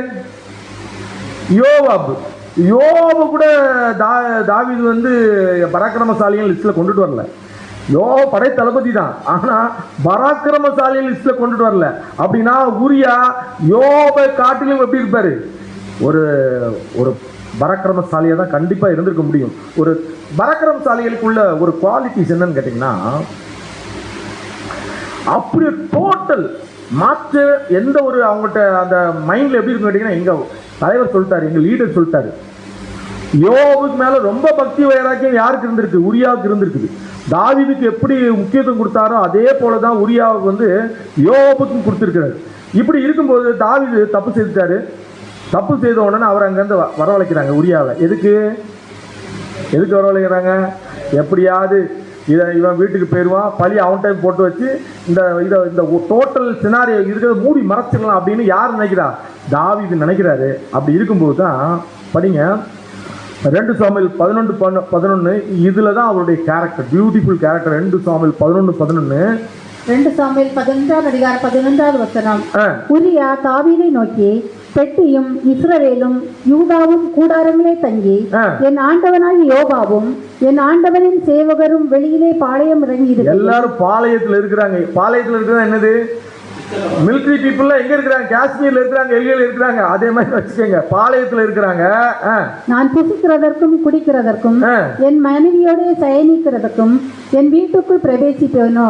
பாருங்க, நான் அப்படி செய்யறதில்லை என்று உம்முடைய பேரிலும் உம்முடைய ஆத்மாவின் பேரிலும் ஆணைத்து சொல்லுகிறேன். நீங்க என்ன சொன்னாலும் வீட்டுக்கு போக மாட்டேன். என்னுடைய யுத்தம் முடிஞ்சு சந்தோஷமான ஒரு சூழ்நிலை எனக்கு தேசத்துக்கு. அப்ப எவ்வளவு ஒரு பக்தி வைராக்கியம் இருக்கு. தேசத்தின் மொத்தம் பக்தி வைராக்கியம். தேசத்துல பிரச்சனை, யுத்தத்துல இருக்கிறாங்க. நான் என்ன செய்ய மாட்டேன்? வீட்டுக்கு போக மாட்டேன், தண்ணி குடிக்க மாட்டேன், எல்லாம் அப்படின்னா எவ்வளவு கேரக்டர் பாருங்க. நம்ம இன்னைக்கு ஒரு எக்ஸாம்பிளுக்கு நமக்கு ஒரு ஒரு சினாரியோ எப்படி வருது? நம்ம ஒரு நல்ல ஒரு இடத்துல வேலை பார்க்குறோம். வீட்டில் தாயும் தப்புனும் தாயார் இறந்து போயிட்டாங்க அப்படின்னு வச்சுங்க, ஒரு சோகம்தான். இப்போ அங்கேருந்து என்ன வந்துட்டு கேட்டிங்கன்னா, உங்களுக்கு ஒரு உலகம் சுற்றி பார்க்குறதுக்கு ஒரு பெரிய ஒரு ஆஃபர் கொடுத்துருக்கேன், கம்பெனிலேருந்து வந்திருக்கு. அந்த டேட்டு அதுக்கு ஒரு அடுத்த நாள் டேட்டில் வந்துட்டு அப்படின்னு வைங்களேன். நம்ம ஆளுங்க என்ன செய்கிறாங்க? இப்போ தாயார் செத்தாயின நம்ம உலகத்தை சுற்றி பார்க்க போயிடும்னு கிளம்பி இன்னைக்கு போயிடுறாங்க. அன்புக்குரியவர்களே பாருங்க, இது உல்லாசம், இது அந்த சூழ்நிலை தன்மை வேற. அப்படின்னா எவ்வளோ ஒரு கேரக்டர் பாருங்க. இப்போ கொஞ்சம் கம்பேர் பண்ணி பாருங்க. யாரோட கம்பேர் பண்ணுங்கன்னா, பச்சைபாலுடைய கணவரா அவங்கள கம்பேர் பண்ணிப்பாங்க. எப்படிப்பட்ட ஒரு கேரக்டர் அவங்க காணிச்சிருப்பாங்க, பச்சைபாலும் அவங்கள்ட்ட எப்படி ஒரு கேரக்டரில் வாழ்ந்திருப்பாங்க. உண்மையிலே அது வந்து தேர் மேட் ஃபார் ஈச் அதர் அப்படின்னு தான் இருந்திருப்பாங்க. ஆனால் அதை இல்லாமாக்கின பெருமை யாருக்கு உண்டு? ஆவிதுக்கு உண்டு. அன்புக்குரியவர்களே பாருங்க, இதை தான் நம்ம பார்க்குறோம். பைபிளில் வேணா படிங்க. இந்த அடுத்த ஒரு வசனம் வச்சுங்க, 2 சாமுவேல். இப்போ அடுத்த ஒரு பாயிண்ட் என்னன்னா, மரணத்தை தானே சுமந்துட்டு போறாரு பாருங்க. எவ்வளோ ஒரு இப்போ அந்த லெட்டர் எழுதியாச்சு, லெட்டரில் மடச்சி கையில் கொடுத்தாச்சு, ஒட்டி சீல் வச்சு கையில் போகிற வழியில் திறந்து பார்த்துருந்தா இவருக்குடைய மலம் எப்படி இருந்திருக்கும். ஆனால் அதில் கூட உண்மை, எங்கள் ராஜா ஒரு செய்தியை அவருடைய அசிஸ்டன்ட் லீடருக்கு கொடுக்குறாரு, இதை நம்ம பார்க்கக்கூடாது. எவ்வளோ ஒரு கான்ஃபிடென்ட்டு அதை கொண்டு கொடுக்குறாரு. எது? தன்னுடைய மரண ஓலை அப்படின்னா அவர் எவ்வளோ ஒரு நல்ல ஒரு கேரக்டர். அதனால தான் பிரதர் அதில் எழுதுறாங்க, இப்படி ஒரு கேரக்டர் நம்ம எங்கே பைபிளில் தேடினாலும் பார்க்க முடியாது அப்படிங்கிறத எழுதுறாரு. அன்புக்குரியவர்கள் படிங்க 2 சாமுவேல் 11ஆம் அதிகாரம் 14-15. 2 சாமுவேல் 11ஆம் அதிகாரம் 14-15 வசனங்கள். காலமே தாவீது யோவாவுக்கு ஒரு நிருபத்தை எழுதி உரியாவின் கையில் கொடுத்து அனுப்பினான். அந்த நிருபத்திலே மும்முரமாய் நடக்கிற போர்முகத்திலே நீங்கள் உரியாவை நிறுத்தி அவன் வெட்டுண்டு சாகும்படிக்கு அவனை விட்டு பின்வாங்குங்கள் என்று எழுதியிருந்தான். பாருங்க, அப்போ இப்படிப்பட்ட இந்த கேரக்டர் பத்தி பிரதர் எப்படி எழுதினாங்க? அவன் அந்த வைராக்கியம் அவன் நாட்களும் சரி, நம்முடைய காலத்தில் இப்படிப்பட்ட ஒரு கேரக்டர் நம்ம பார்க்க முடியாதுன்னு நினைக்கிறார். பாருங்க, படிங்க பைபிள் கலாத்தியர் 4:18 படிங்க. 18 4:18.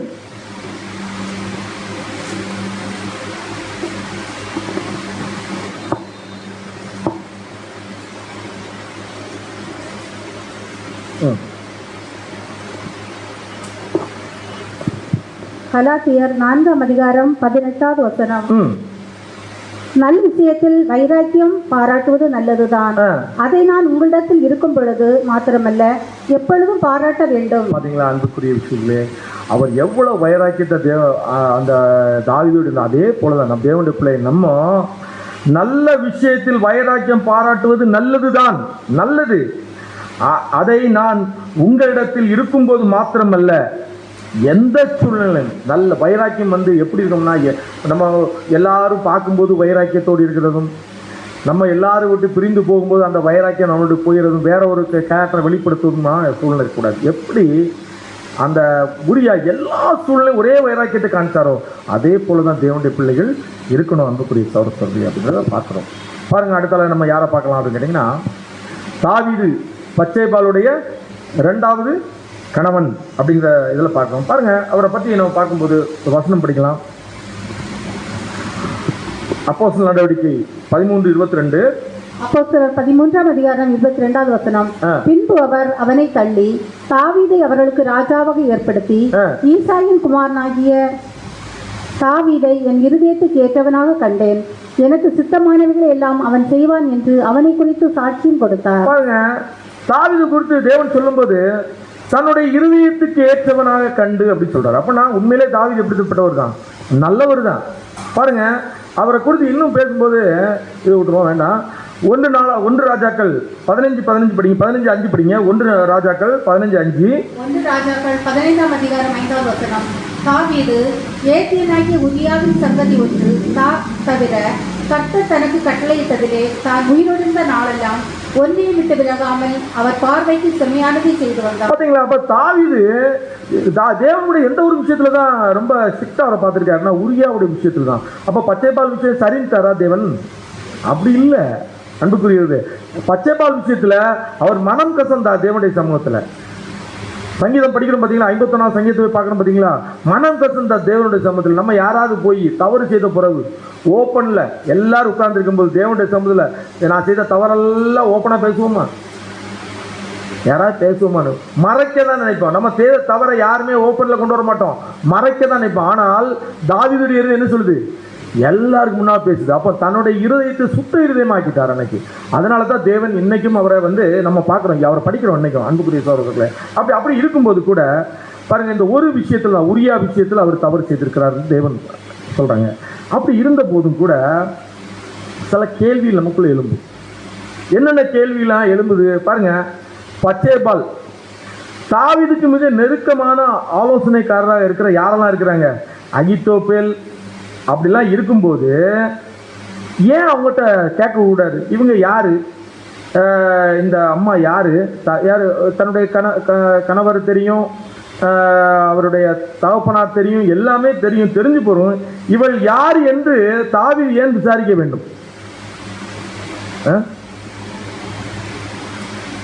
தெரியல கொஸ்டின் என்னன்னு இப்ப கேட்க தெரியும். என்ன இவங்கள பச்சைப்பால தாவீது முன்கூட்டி தெரியுமா தெரியாதா? கண்டிப்பா தெரியும். அப்படி இருக்கும்போது ஏன் கேட்கிறாரு அப்படின்னு அந்த பிரதர் இங்க ஒரு 3 காரணிகளை சொல்றேன், 3 விஷயம். ஒன்று, மாலை நேரம். ஒரு மாலை நேரமா இருந்திருக்கும், அதனால ஒரு அசம்ஷன் இல்லை.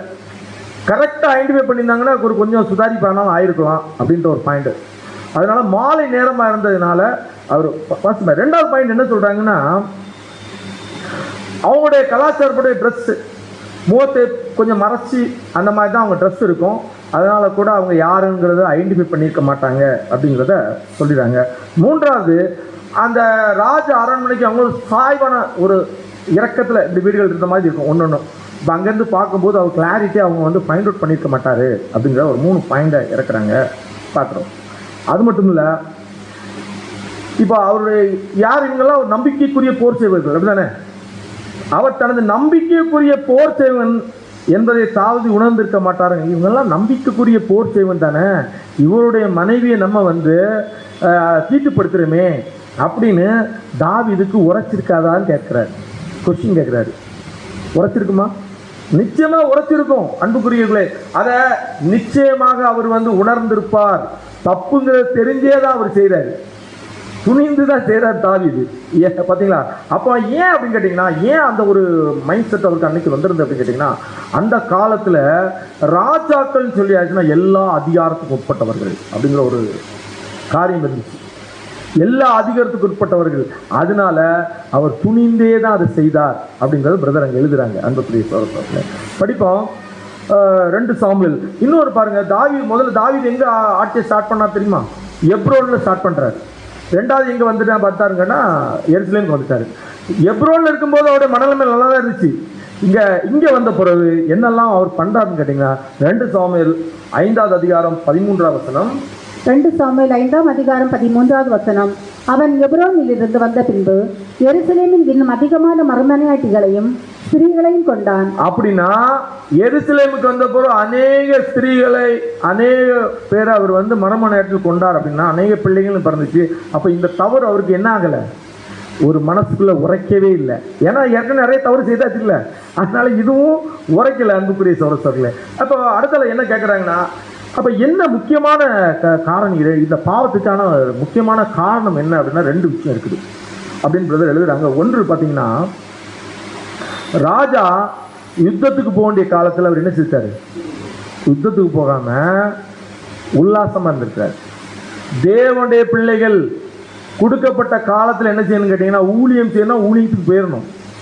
ஊழியத்துக்கு போகாம வீட்டில் இருந்தோம்னு வைங்களேன், அங்கே வந்து பாவம் வாசல் படியில் வந்து படுத்திருக்கும். அன்புக்குரிய சகோதரர்களே, மனசில் வச்சுக்கோங்க. என்றைக்குமே தேவன் நமக்கு ஒரு வேலையை கொடுத்துட்டாரு அப்படின்னா அங்கே கிளம்பி போயிடணும். அதுக்கு காரணமே ரீசனே கொடுக்கக்கூடாது, கிளம்பி போயிட்டே இருக்கணும். அப்படி போனால் தப்புனோம் அன்புக்குரியவர்களே. அது மட்டும் இல்லை, 2வது விஷயம் என்ன சொல்கிறான்னா, மாலை நேரம். ஏன் மாலை நேரத்தில் மேலே இங்கேயே உலாவி இருக்கிறாரு அப்படின்னா, அவர் என்ன தெரியாது, கால் நேரத்தில் நல்லா படுத்து தூங்கி இருக்கிறாரு, தூங்கி உல்லாசமா இருந்திருக்கிறாரு. அன்புக்குரியவர்களே, மாலை நேரத்தில் என்ன வரல, ஒரு பின்னால ஒரு 50 ஆண்டுகளுக்கு பின்னோக்கி பாருங்களேன். ஒரு எக்ஸாம்பிளுக்கு பின்னோக்கி பார்க்கும்போது நம்ம வீடுகள் அறிக்கை இல்லாமல் தான் வச்சிருப்பாங்க. எல்லாருமே ஒரு சூரியன் அஸ்தமம் ஆகும்போது ஒரு 7 மணி 6:30 மணி 7 மணிக்கெல்லாம் என்ன செய்வாங்க, முடிஞ்சிடும், சாப்பாடு பண்ணி முடிச்சிருவாங்க. ஆனால் காலையில் விடிய காலம் 4 மணிக்கு எழுந்து தோட்ட வேலை கிளம்பிடுவாங்க. அது அன்றைய காலத்தில் உள்ள ஒரு பழக்கமாக இருக்குது. இதே போல தான் அன்னைக்கு இருந்திருக்கு. அதை தான் இவர் வந்து காலையில் ஃபுல்லாக என்ன வேலை செய்யாமல் உல்லாசம் இருந்துட்டு சாயங்காலம் தூக்கம் வரல இருக்கு. பார்த்தீங்களா? இதை தான் அவர் செய்த தவறு என்ன நம்ம பார்க்க 2 விஷயத்தை பார்க்கலாம். இதுதான் அவர் செய்த 2 தவறுகள் அப்படின்னு பார்க்கணும். அடுத்ததை பாருங்க, பச்சைபால் ஏன் அவ்வளவு பகிரங்கமான ஒரு எல்லாரும் பகிரங்கமா பார்க்க மாதிரியா குளிக்கணும் அப்படின்னு கேட்கிறாரு பிரதரே கொஸ்டின் கேட்குறாங்க. எதுக்கு பச்சைபால் வந்து எல்லாரும் பார்க்கும்போது பகிரங்கமா அதை குளிக்கிற மாதிரி இருந்திருந்தா வந்து இப்படி வந்திருக்காதுல்ல அப்படின்னு சொல்லிட்டு அவங்க சில காரியங்களை சொல்கிறாங்க. என்ன சொல்கிறாங்க அப்படின்னு கேட்டிங்கன்னா, ரியலாக இந்த குளியல் வந்து எப்படிப்பட்ட ஒரு குளியல் அப்படின்னு கேட்டிங்கன்னா, ஸ்திரீகளுக்கு வந்து அந்த நாட்கள் முடிஞ்சு வரும்போது 7 நாள் வந்து என்ன சுத்திகரிப்பு நாட்களாக அவங்க இருந்து சுத்திகரிப்பு பண்ணுவாங்க. இந்த சுத்திகரிப்பு முறையுமே தான் அவங்க செய்திருப்பாங்க. இந்த சுத்திகரிப்பு முறையை செய்திருக்கும் போது இவர் வந்து அந்த இச்சையினால் இழுக்கப்பட்டார் அப்படிங்கிறது தான் அங்கே. இந்த சுத்திகரிப்பு முறையை தான் இங்கே படிக்கிற தேவையில்லை, ஆனால் இது தெரிஞ்சுக்கணுங்கிறத லேவியர் ஆகமத்தில் நமக்கு இருக்குது. இதை வந்து ரிச்சுவல் பாத்துங்க, சடங்கு, ஒரு சடங்காக ரிச்சுவல் பாத் அப்படிம்பாங்க. இதுதான் நம்ம அதில் போட்டிருக்கோம், அதனால் தேவையில்லை. அன்புக்குரிய சகோதரர்களே பாருங்கள். அப்படின்னா நம்ம என்ன இதில் வந்து அந்த ஸ்திரீட்டை நம்ம என்ன எடுக்கும் வேணா படிங்க. ஒரு வசனம் படிப்போம். 1 யோவான் 3 வசனம் படிங்க.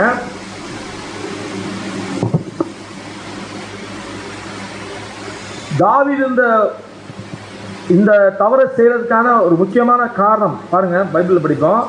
1 யோவான் 3 அதிகாரம் 4வது வசனம். பாவம் செய்கிற எவனும் நியாய பிரமாணத்தை மீறுகிறான். பாவம் செய்கிற எவரும் ஆக்சுவலா தாவீது இருக்காரு பாத்தீங்களா, நியாய பிரமாணம் முதல்ல 10 கட்டளை கொடுத்தாங்கல்ல, 10 கட்டளை அதிகமான கட்டளைகளை மீறினவர். அப்படிதான் பிரதர் எழுதுறாங்க, அதிகமான கட்டளைகளை மீறி இருக்கிறாங்க தாவீது. ஆனால் தேவனுடைய இருதயத்துக்கு ஏற்றவராக மாறிட்டாரு. நம்மளும் அநேக விஷயத்துல மீறி இருப்போம். நம்மளையும் தேவன் வந்தால் மாற்றுறதுக்கு தேவனுக்கு எப்போ நம்ம கீழ்ப்படிந்தால் மட்டும் நம்ம விழுவோம். விழமாட்டோம்ல யாரும் சொல்ல முடியாது. ஆனால் மறுபடியும் அதை உணர்ந்து தேவனுடைய சமூகத்தில் இது சரி தவறு என்பதை உணர்ந்துட்டோம் வைங்களேன், தேவன் மறுபடியும் தூக்கி நிறுத்துவார். அன்புக்குரியவர்களை பாருங்க, படிங்க அதை மறுபடியும். 1 யோவான் 3:4. பாவம் செய்கிற எவனும் நியாயப்பிரமாணத்தை மீறுகிறான்.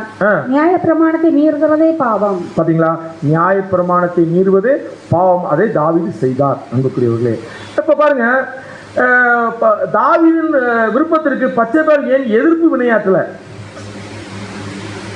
இது தப்புங்க அப்படின்னு சொல்லி பச்சைபால் சொல்லிருக்கணும்ல, ஏன் எதிர்ப்பு வினையாற்ற முடியல அப்படின்னு கேட்டீங்கன்னா, அவர் வந்து அன்றைய நாட்டில் ராஜாக்குடைய வார்த்தைக்கு கீழ்ப்படிவது எல்லாருடைய ஒரு விஷயமா இருந்தனால கீழ்ப்படிஞ்சிட்டாங்க அப்படிங்கிறத சொல்லிட்டு, அவர் ஒரு மயக்கும் பெண்ணாகவோ, இப்போ ஒருத்தர் வந்து உண்மையிலே ஒருத்தரை மயக்கி தன்வசப்படுத்தணும் அப்படி அல்ல, அல்லது அத்துமீறி நடப்பவரை எங்கும் சித்தரிக்கப்படவில்லை என்று எழுதுறாங்க. அப்படின்னா என்ன ஒரு நோக்கத்தில் அதை செய்திருக்கணும் அப்படின்னு கேட்டிங்கன்னா, தாவீது சொல்லிட்டாங்க, ராஜா சொல்லிட்டாங்க, அதனால கீழ்ப்படுகிறேன் அப்படிங்கிற ஒரே எண்ணத்தில் தான் யார் செயல்பட்டுருக்கணுங்கிற பச்சைபால் செயல்பட்டுருக்கணும் அப்படிங்கிறது. அது மட்டும் இல்லை, தாவீது கூட பச்சைபால் எப்படி தான் நடத்தியிருக்காருன்னு கேட்டிங்கன்னா, ஒரு மறைமணியாட்டியாக நடத்தலை, ஒரு உயர்ந்த ஸ்தானத்தில் தன்னுடைய மனைவியாக, அதுமில்ல எல்லோரையும் நேசிக்கிற ஒரு மனைவியாக தான் தாவீது இந்த காரியத்தில் நடந்திருக்காங்க, பச்சைபால் விஷயத்தில் அப்படிங்கிறத பார்க்கிறோம். அன்புக்குரியவர்களே, அதனால தான் தாவீது 51ஆம் சங்கீதத்தை படிக்கும்போது படிங்க, 51:17. சங்கீதம் 51:17. தேவனுக்கு ஏற்கும் பலிகள் நொறுங்குண்ட ஆவிதான், தேவனே நொறுங்குண்டதும் நறுங்குண்டதுமான இருதயத்தை நீர் புறக்கணியே. பாத்தீங்களா, அப்படின்னா தேவனுக்கு முன்பாக நறுங்குண்ட ஒரு இருதயத்தோடு நம்ம போய் நின்னு வைங்களா, தாவீது அப்படிதான் போய் நின்னாரு. அதனால தேவன் மன்னித்தார். மறுபடியும் தேவன் என்னுடைய இருதயத்துக்கு ஏற்றவனாக உயர்த்தினாங்க. இப்ப இந்த ஒரு சூழ்நிலையில தான் யாரும் வாழ்ந்துட்டு இருக்கிறாங்க, பச்சைபால் வாழ்ந்துட்டு இருக்கிறாங்க. இப்போ சொல்லுங்க, பச்சைபால் எப்படிப்பட்ட ஒரு சூழல்ல இருந்தாங்க, அவங்களுடைய இருதயம் எப்படி இருந்திருக்கும் அப்படின்னு கேட்டிங்கன்னா, கண்டிப்பாக ஒரு நல்ல ஒரு மனநிலைமையில் தான் அவங்க இருந்திருப்பாங்க அப்படிங்கிறத நம்ம பார்க்குறோம். அன்புக்குரிய அடுத்தது பார்க்குறோம், நாத்தான் யாரு? ஒரு தீர்க்கதரிசி. பார்த்தீங்களா, இப்போ நாத்தான்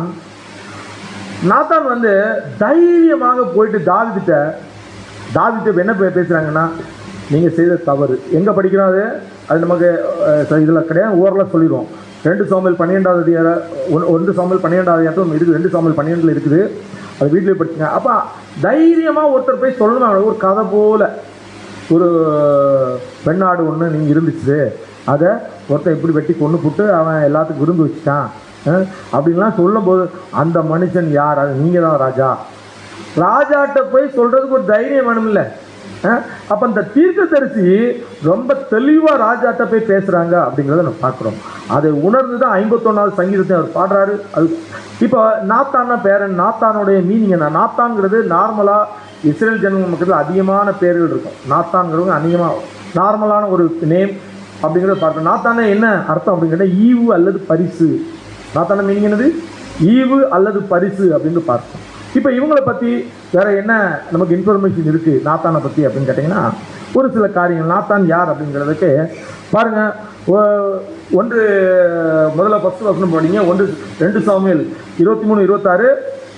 இப்போ இவங்க தாவீதுடைய சிறந்த போர்கள் ஒருவரான ஈக்கால்ங்கிறவருடைய தந்தையா இருக்கலாம் அப்படிங்கறத சொல்றாங்க. படிங்க 2 சாமுவேல் 23 அதிகாரம் 36 வசனம். சோபா ஊரானாகிய நாத்தானின் குமாரன் ஈகால், காதியனாகிய பானி.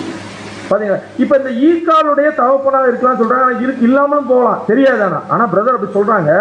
அப்புறம் அடுத்த வசனம் பண்ணுங்க, 1 நாளாகமம் 11:38. 1 நாளாகமம் 11 அதிகாரம் 38 வசனம். நாத்தானின் சகோதரன் யோவேல், அகதியின் குமாரன் மிக்கார். இந்த யோவேலோட சகோதரனா கூட இருக்கலாம் அப்படிங்கிறது கூட பதிவு செய்யப்பட்டிருக்குது. அடுத்த வசனம் படிங்க. 1 ராஜாக்கள் 4 அதிகாரம் 5 வசனம். நாத்தானின் குமாரன் அசரியா மணியக்காரரின் தலைவனாய் இருந்தான். நாத்தானின் குமாரன் சாபூத்.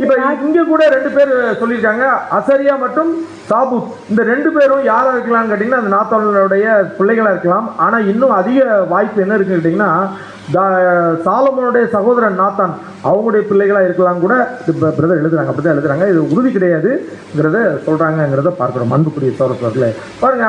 இது போக பாருங்க, தாவீது பச்சைபால். தாவீது இன்னொரு பாயிண்ட் கூட ஒரு இடத்துல விட்டுட்டேன். சரி பார்த்துக்கலாம். 1 ராஜாக்கள் 1 அதிகாரம் 11 வசனம் படிங்க. இவருடைய மெயினான ஒரு ஃபோக்கஸ் என்ன பண்ணினார் இவர் பாருங்க. 1 ராஜாக்கள் 1:11. 1 ராஜாக்கள் 1 அதிகாரம் 11 வசனம். அப்பொழுது நாத்தான் சாலமோனின் தாயாகிய பத்சேபாளை நோக்கி, நம்முடைய ஆண்டவனாகிய தாவீதுக்கு தெரியாமல் ஆகீத்தின் குமாரனாகிய அதோனியா ராஜா வாழ்கிற செய்தியை நீ கேட்கவில்லை. யார்கிட்ட போய் சொல்றாங்க? பச்சைபால்கிட்ட போய் சொல்லி யாரை போல்ஸ் பண்றாங்க? பச்சைபால்கிட்ட.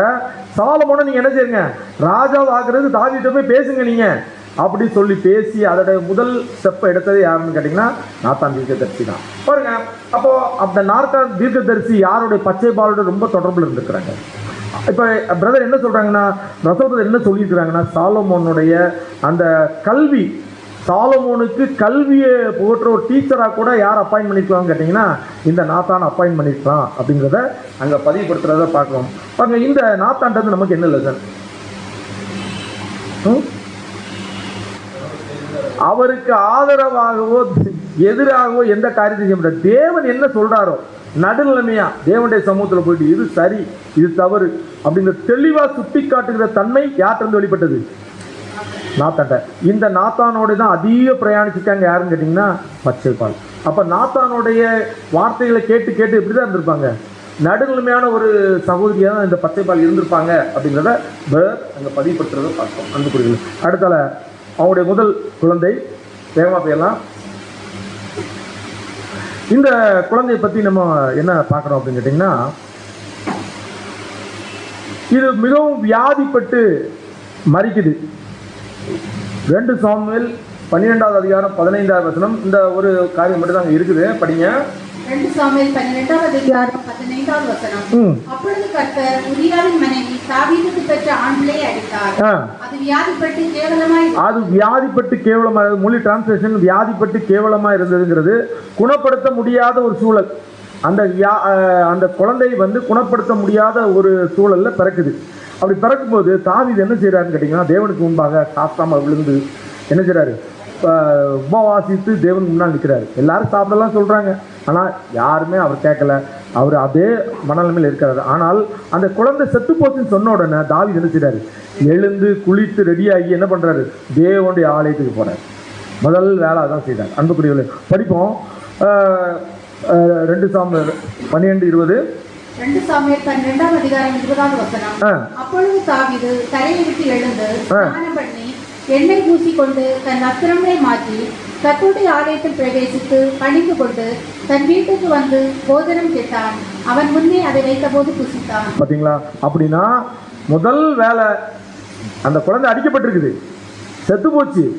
ஆனால் அதுக்காக அழுது புரடல, நேரா தேவாலயத்துக்கு போறாரு, தேவனுடைய பலி செலுத்துறாரு, தேவனை பணிந்து கொண்டு வந்திருந்து செய்றாரு. எவ்வளவு கடினமா ஒரு குழந்தை இறக்குது. தன்னுடைய குழந்தை இறந்தாச்சுன்னா எல்லாருக்கும் எப்படி இருக்கும், ரொம்ப கஷ்டம் இருக்கும். ஆனால் தேவன் அதை அனுமதிக்கலைங்கிறத புரிஞ்சுக்கிட்டு தேவனுடைய சமூகத்தில் நன்றி செலுத்தி தேவனை ஆராதித்து வந்துட்டு அதுக்கப்புறம் சாப்பிட்றாரு. எந்த சூழ்நிலையாக இருக்குது, தேவனை பணிந்து கொள்கிற பிள்ளைகளாக இருக்கு, எந்த சூழ்நிலை வேணாலும் இருக்குது, தேவனை பணிந்து சூழல் கடுமையானது. யாரு நாத்தான் வந்து கண்டிப்பாக பேசுறாரு. அப்படி பேசின பிறகும் அவர் என்ன சொல்றாரு, தேவனுடைய சமூகத்தை தன்னை தாழ்த்தி தேவனுக்கு சமூகத்தில் நிற்கிறார் அப்படிங்கிறத பார்க்க. இந்த குழந்தை மரணத்தில் இருந்து கூட நம்ம வந்து லெசன் என்ன, அந்த குழந்தை இறந்து போச்சுது, இதே மனநிலைமை தான் யார்ட்டி இருந்திருக்கும், பச்சைப்பால்ட்டே இருந்திருக்கும், இதே மனநிலைமையில் தான் பச்சைப்பாலும் இருந்திருப்பாங்க அப்படிங்கிறதான் பிரதர் சொல்றாங்க. அடுத்த நம்ம பார்க்குறோம் சாலமோன் இரண்டாவது மகன். பாருங்க, இவரை பற்றி ரெண்டாவது ஒரு குழந்தை பிறகுது. பாருங்க, 2 சாமுவேல் 12வது அதிகாரம் 24வது வசனம். 2 சாமுவேல் 12வது அதிகாரம் 24வது வசனம். பின்பு தாவீது தன் மனைவியாகிய பத்சேபாளுக்கு ஆறுதல் சொல்லி அவளிடத்தில் போய் அவளோட சயனித்தான். அவள் ஒரு குமாரனை பெற்றாள். அவனுக்கு சாலமோன் என்று பெயரிட்டார். அவனுக்கு சாலமோன் என்று பெயரிட்டார்கள் அப்படின்னு பார்க்குறோம். சாலமோன் மட்டும்தான் பேரா இருக்கு, மூத்த சகோதரர்லாம் பேசக்கூடாது பார்த்தீங்களா. அப்போ அவருக்கு இன்னொரு பேர் கூட வைக்கிறாங்க, தீர்க்கதரிசி. அவருக்கு வந்து இன்னொரு பேர் வைக்கிறார். பாருங்க, படிங்க 2 சாமுவேல் 12:25 வசனம். 2 சாமுவேல் 12வது அதிகாரம் 25வது வசனம். அவர் தீர்க்கதரிசியாகிய நாத்தானை அனுப்ப அவன் கர்த்தரின் நிமித்தம் அவனுக்கு எகுதியா என்று பெயரிட்டான். எகுதியா என்று பெயரிட்டான். எகுதியான என்ன அர்த்தம், என்ன மீனிங் அப்படின்னு கேட்டீங்கன்னா, யெகோவாவுக்கு பிரியமானவன். எகுதியான என்ன அர்த்தம், யெகோவாவுக்கு பிரியமானவன் அப்படின்னு இருக்கோம். யார் வைக்கிறாரு, தீர்க்கதரிசி நாத்தான் பேர் வைக்கிறாரு. ஒரு மனுஷனுக்கு 2 பேர், அப்பா ஒரு பேர் வச்சிருக்காரு, தீர்க்கதரிசி ஒரு பேர் வச்சிருக்காரு. அதனால நான் முதல் சொன்னேன், ஒரு மனுஷனுக்கு 2-3 பேர்கள் கூட வேதத்தில் இருக்கிறத நான் பார்க்கிறோம். பாருங்க, அதே இது அவங்க அப்பா தகப்பனார் வச்ச பேர் என்னது, சாலமோன். சாலமோன் என்ன அர்த்தம், சாலோம், சமாதானமானவன். என்ன அர்த்தம், சமாதானமானவன். அப்போ இந்த பிரதர் இதை எப்படி எழுதுறாங்கன்னா பார்த்தீங்கன்னா, 2 பேருக்கு அர்த்தத்தையும் வச்சுட்டு, நான் இன்னும் இறைவனுக்கு பிரியமானவனாகவும் என் பாவங்களுக்கு மன்னிப்பு பெற்றவனாகவும் இருப்பதால் நான் சமாதானமாக இருக்கிறேன். அவருடைய பேரில் 2 பேரையும் எடுத்துட்டு பிரதர் எப்படி எழுதுறாங்க அப்படின்னு கேட்டிங்கன்னா, நான் இன்னும் இறைவனுக்கு பிரியமானவனாகவும். இந்த குழந்தை எப்படிப்பட்ட குழந்தை அப்படின்னு கேட்டிங்கன்னா, இறைவனுக்கு பிரியமான குழந்தைகள், என் பாவங்களுக்கு மன்னிப்பு பெற்றவனாகவும். யாரு, தாவீத மனுஷர் பார்த்தீங்களா, தேவன் மன்னிப்பு பெற்றவனாகவும் இருப்பதால் நான் யார் சமாதானமாக இருந்தா, ஒரு பையன் சாலமோன் தன் வாழ்நாளெல்லாம் சமாதானத்தோடு இருந்தார். பார்த்தீங்களா, அதே மாதிரி தான் தேவனுடைய பிள்ளைகளும் சமாதானத்தோடு இருக்கணும். அன்புக்குரியவர்களே, இன்னும் பார்க்கிறோம் அன்புக்குரியவர்களே, இவருக்கு இன்னொரு பேர் கூட இருக்குது அப்படின்னு சொல்லிட்டு பிரதர், நம்ம ஆராய்ச்சியாளர் பிரதர் இங்கே எழுதுறாங்க. நீதிமொழிகளில் 31வது அதிகாரத்தில் ஒரு ராஜாவுடைய பேர் இருக்குது. என்ன பேர், லெமுவேல் ஒரு பேர் இருக்குது. இப்போ சில ஆராய்ச்சியாளர்கள் என்ன சொல்கிறாங்கன்னு கேட்டிங்கன்னா, இவர் பக்கத்து ராஜாவாக இருக்கலாம், ஆனால் அநேக ஆராய்ச்சியாளர்கள் இது வந்து அவருடைய இன்னொரு பேராக கூட இருக்கும் அப்படிங்கிறத சொல்கிறாங்க. பாருங்கள், நீதிமொழிகள் 31 1 2 3 4 மட்டும் பைபிள் படிக்கணும். நீதிமொழிகள் 31 அதிகாரம் 1 மற்றும் 2வது வசனம். ராஜாவாகிய லெமுவேல் கடுத்த வசனங்கள். அவன் தாய் அவனுக்கு போதித்த உபதேசமானது, என் மகனே, என் கர்த்தத்தின் குமாரனே, என் பொறுத்தரையின் புத்திரனே. படிங்க, அதில் படிங்க. அந்த லெமுவேல்ங்கிற ராஜாவுக்கு யார் கொடுக்குறாரு, தன் தாயார் கொடுக்குற உபதேசம் இது. படிங்க. ஸ்திரீகளுக்கு உன் பலனையும் ராஜாக்களை கெடுக்கும் காரியங்களுக்கு உன் வழிகளையும் கொடாதே. ஸ்திரீகளுக்கு உன் பலனை கொடுக்காத. அடுத்தது, திராட்சரசம் குடிப்பது ராஜாக்களுக்கு தகுதி அல்ல. திராட்சரசம் கொடுப்பது ராஜாக்களுக்கு அழகல்ல. அப்படின்னா ராஜா என்ன பண்ணக்கூடாது, நிறைய பெண்களுக்கு திருமணம் செய்யக்கூடாது. தாயார் கொடுக்குறாங்க அட்வைஸ், நீ என்ன செய்யக்கூடாது, திராட்சரசம்னா என்னது, குடிக்காத. இந்த 2 நீ செய்த என்ன செய்துருவ, தேவனுடைய வழியை விட்டு போயிடுவ அப்படிங்கிறது தன்னுடைய தாயார் லெமுவேல், யாரு, நம்ம ராஜாவாகிய சாலமோனுக்கு கொடுத்த உபதேசம். ஆனால் அதை கேட்டாரா அப்படின்னா, யார், இவங்க ஒரு தீர்க்கதரிசி. யார் இப்ப தீர்க்கதரிசி, பச்சைபால் ஒரு தீர்க்கதரிசி. அன்புக்குரியவர்களே பாருங்க, இத பிரசங்கி 2:3 பிரசங்கி எழுதுறாரு பாருங்க. சாலமோனே அதை எப்படி எழுதுறாரு பாருங்க. பிரசங்கி 2ஆம் அதிகாரம் 3வது வசனம். வானத்தின் கீழ் மனுபுத்திரர் உயிரோடு இருக்கும் நாளளவும் பெற்று அனுபவிக்கத்தக்கது இன்னதென்று அறிய பொருட்டு என் இருதயத்தை ஞானத்தால் தேற்றிக் கொண்டிருக்கும் போதே நான் என் தேகத்தை மதுபானத்தால் சீராட்டி கொண்டிருக்கவும். எப்படி இருந்திருக்காரு? அவருக்கு நல்ல ட்ரிங்க்ஸ் போட்டுட்டு தான் ஒன்னொன்னா யோசிச்சிருக்கிறாரு. என் பாருங்க என்ன சொல்ற, நான் என் தேகத்தை மதுபானத்தால் சீராட்டி. அப்ப குடிக்கிறது நல்லதுன்னு சொல்ல முடியுமா? கிடையாது. அந்த விஷயம் அது தேவனுக்கு பிரியம் இல்லாதது. யார் சொல்றா? தீர்க்கதரிசி பச்சைப்பால் யாருக்கே சொல்லிட்டாங்க. அந்த வழிகள் நம்மளை எங்க கொண்டு விடுறோம்? பாதாளத்துக்கு கொண்டு போயிடும். அதனால அது நல்லது கிடையாது. அதை தப்பு செய்தார் யாரு? பிரசங்கி. அதனாலதான் எங்க போகல அவரு, எங்க போகல, எந்த புத்தகத்துல வரல. எபிரேயர் பட்டியல 11ஆம் அதிகாரம் முற்பதாக்கள் அவர் வரவே இல்லை. ஏன்னா இந்த ரெண்டு தான் மெயினான இது செய்ததுனால தான் அவரால் என்ன செய்ய முடியல. தன்னுடைய மறுமனையாட்டிகளுக்கும் நிறைய பெண்களை திருமணம் செய்து அவங்களுக்கு கீழ்ப்படிய வேண்டிய சூழ்நிலை ஆயிட்டு. ஸ்ட்ராங்காக இருந்திருந்தாலும் அவர் அதுக்கு கீழ்ப்படிய வேண்டாம். பார்த்தீங்களா அன்புக்குரியர்களே? இதுதான் நான் பார்க்குறோம். அப்படின்னா நம்ம என்ன பார்க்குறோம்? அவர் ஒரு நல்ல தாயாக, ஒரு தீர்க்கதரிசியாக யாருக்கு அட்வைஸ் கொடுத்துருக்குறாங்க? அப்போ நல்ல தாயாராக இருந்திருக்கிறாங்க, ஒரு தீர்க்கதரிசியாக அவங்க இருந்திருக்கிறாங்க பச்சைபால் அப்படிங்கிறத பார்க்குறோம். அடுத்தபடியாக நம்ம பார்க்கிறது நாத்தான். நாத்தான் யாரு? அவங்களுடைய 3வது பிள்ளை, 3வது மகன் யாருன்னு கேட்டிங்கன்னா நாத்தான். இவங்களை பற்றி நம்ம பார்க்கும்போது நாத்தான்கிற பேர் யார் வச்சான்னு கேட்டிங்கன்னா பச்சைபால். முதல் குழந்தை இறந்து போச்சு. 2வது குழந்தைக்கு தாவீதும் தீர்க்கதரிசி நாத்தானும் பேர் வச்சாங்க. 3வது பேர் வைக்கிறதுக்கான ஒரு வாய்ப்பு கிடைக்குது. யாருக்கு? பச்சைபால். கிடைச்ச உடனே டக்குன்னு என்ன பேர் வைக்கிறாங்க? தன்னுடைய தீர்க்கதரிசியின் பேரையே வைக்கிறாங்க, நாத்தான். ஏன் அப்படி வைச்சாங்க அப்படின்னா, நாத்தான் அந்த அளவுக்கு யாரை கெயிட் பண்ணிட்டாங்க? பச்சைபாலை. பச்சைபால் நாத்தான் அந்த அளவுக்கு சப்போர்ட் பண்ணனால அந்த நாத்தானுடைய இருதயத்தை நாத்தானை பற்றியே யோசிச்சிருப்பாங்க. நல்ல காரியங்களை செய்கிறார் அப்படின்ட்டு அவங்களுக்குடைய பேரை வைக்கிறாரு. பாருங்க, நாத்தான் மீது மிகுந்த ஒரு மரியாதையும் பக்தி வைராகியம் இருந்ததுனால தான் அந்த பேர் வச்சிருக்கணும் அப்படிங்கிறத சொல்றதை நம்ம பார்க்குறோம். அன்புக்குரிய சகோதரர்களே, பாருங்க, இதுல வேற கடைசியாக ஒரு சில காரியங்களை நம்ம பார்த்து முடிச்சிடலாம். இப்போ தேவனுடைய வம்ச வழியில, தேவன் ஆண்டவராய் இயேசு கிறிஸ்துடைய வம்சா வழியில யார் பேர் வருதுன்னு கேட்டிங்கன்னா, யாருடைய பேர் வந்துடுச்சு? நாத்தானோடுக்கு. அதுக்கு மேலே நம்ம பார்க்க கேரக்டர் யாரு? பச்சைபால். பச்சைபாலுக்கு பிறகு 2 குழந்தைகள். யாரெல்லாம்? ஒன்று சாலமோன், ஒன்று நாத்தான். இந்த 2 வம்ச வழியில தான் யார் வராங்க? இந்த 2 வம்சத்தை தான் இயேசு கிறிஸ்துடைய பிறப்புக்கு காரணமாக தேவன் நிறுத்துறார். அப்படின்னா பச்சைபால ஒரு மோசமான கேரக்டரா இருந்து தேவன் அங்கே நிறுத்துவாங்களா? கண்டிப்பா இல்லை. அன்புக்குரியவர்களே, கண்டிப்பா இல்லை. அதனாலதான் பார்க்கிறோம். படிங்க, மத்தேயு 1ஆம் அதிகாரம் 6வது வசனம் படிங்க. மத்தேயு 1ஆம் அதிகாரம் 6வது வசனம். ஈசாய் தாவீது ராஜாவை பெற்றார். தாவீது ராஜா உரியாவின் மனைவியாய் இருந்தவளிடத்தில் சாலமோனை பெற்றார். இந்த சாலமோனுடைய வம்ச வரலாறு தான் யார் வராங்கன்னு கேட்டீங்கன்னா, மத்தேயு 1ஆம் அதிகாரம் 16வது வசனம் படிங்க. மத்தேயு 1ஆம் அதிகாரம் 16வது வசனம். யாக்கோபு மரியாளுடைய புருஷனாகிய யோசேப்பை பெற்றான். அவளிடத்தில் கிறிஸ்து எனப்படுகிற இயேசு பிறந்தார். யோசேப்பு யாருன்னு கேட்டீங்கன்னா, இயேசு கிறிஸ்துடைய தந்தை, வளர்ப்பு தந்தையாக அறியப்படுகிற அந்த யோசேப்பு யாருடைய வம்சத்துல வராங்க? இந்த பச்சைபாலுடைய வம்சத்துல வராங்க. பாருங்க, அடுத்த படிங்க, லூக்கா 3:31 படிங்க. லூக்கா 3ஆம் அதிகாரம் 31வது வசனம். எலியாக்கிம் மெலேயாவின் குமாரன், மெலேயா மைனானின் குமாரன், மைனான் மாத்தாத்தாவின் குமாரன், மாத்தாத்தா நாத்தானின் குமாரன், நாத்தான் தாவீதின் குமாரன். தாவீதுடைய குமாரன் தான் யாரு? இந்த நாத்தான். இப்ப நாத்தானுடைய வம்சம் தான் எங்க நிக்குதுன்னா, மரியாள்கிட்ட நிக்குது.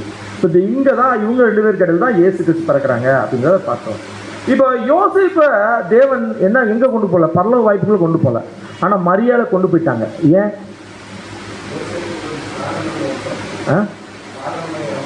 சாலோமுடைய வம்சம் அப்படின்னா தேவன் விரும்பினாங்க.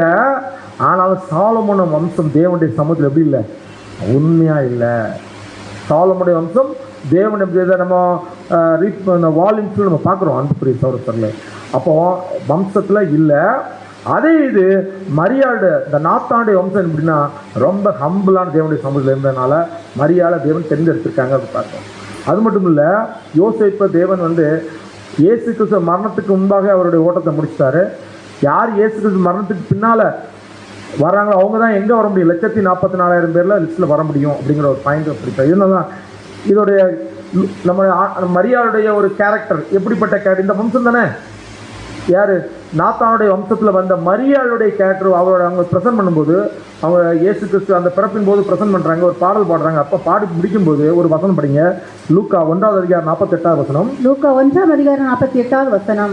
அவர் தம்முடைய அடிமையின் தாழ்மையை நோக்கி பார்த்தார். அவர் தம்முடைய அடிமையின் தாழ்மையை நோக்கி பார்த்தார். இதோ இது முதல் எல்லா சந்ததிகளும் என்னை பாக்கியவதி என்பார்கள். எதை, யார் அடிமையின் ரூபத்தில் இருந்தாங்க அன்னைக்கு?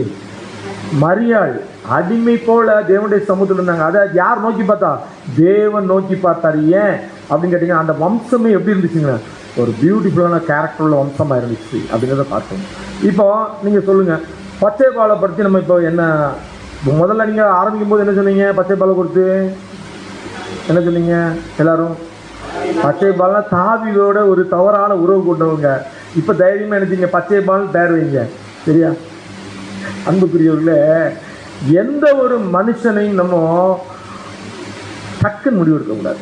ஏதோ ஒரு இடத்துல ஒரு சின்ன தவறுகள் செய்திருப்பாங்க. அந்த தவறு நம்ம முன்னால் வந்து நிற்க மட்டுமே நம்ம பார்த்துட்டே இருக்கக்கூடாது.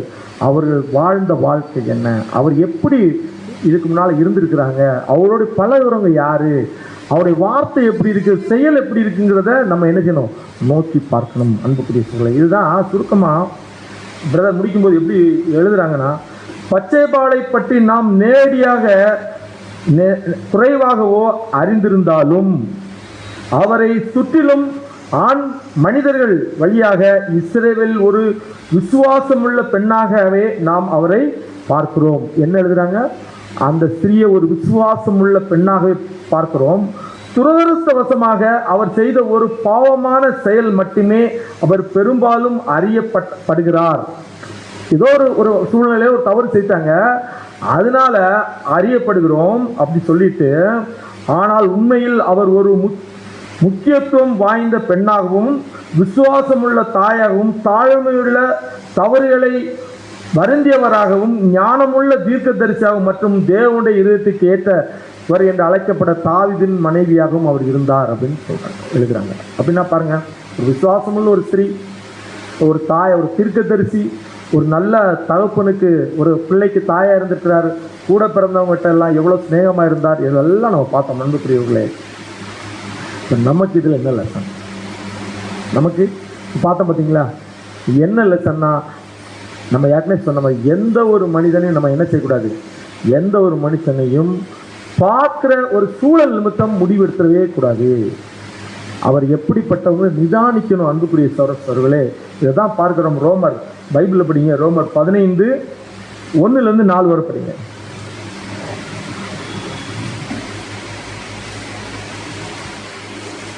முடிச்சிடலாம் ஒரு வசனத்தோடைய. 15:1-4. ரோமர் 15:1 முதல் 4 வசனம் நமக்கு தெரியும். 4 வசனம், தேவ வசனத்தினால் உண்டாகும் பொறுமையினாலும் ஆறுதலினாலும் நாம் நம்பிக்கை உள்ளவர்களாக இருக்கும்படி முன்பு எழுதவையெல்லாம் நமக்கு போதனை. என்ன போதனை அப்படிங்கிறத படிங்க. அன்றியும் பலமுள்ளவர்களாகிய நாம் நமக்கே பிரியமாய் நடவாமல். நம்ம எப்படி இருக்கோமா? பலம் உள்ளவர்களாய் நாம் நமக்கே பிரியமாய் நடவாமல். நம்ம பலசாலிகள் தான். ஏன்னா கிறிஸ்து நமக்கு இப்போ என்ன பண்ணியிருக்கிறாங்க, தன்னுடைய ஆவியை கொடுத்து நம்மளை பலசாலியாக நீங்கள் மாற்றிருக்கிறாங்க. நமக்கே நாம் பிரியமாய் நடவாமல் பலவீனருடைய பலவீனங்களை தாங்க வேண்டும். பலவீனர்கள் நம்மளை சுற்றி நிறைய பேர் இருப்பாங்க. அவங்க இப்பதான் வளர்ந்துட்டு இருப்பாங்க. அவங்களுடைய பலவீனங்களை தாங்கணும். நம்மில் ஒவ்வொருவரும் பிறனுடைய பக்தி விருத்திக்கு ஏதுவான நன்மை உண்டாகும்படி அவனுக்கு பிரியமாய் நடக்க கடவன். மற்றவங்க பக்தி விருத்தி உண்டாக்குறதுக்காக மற்றவங்களுக்காக நம்ம என்ன செய்யணும், பிரியமா வாழணும்.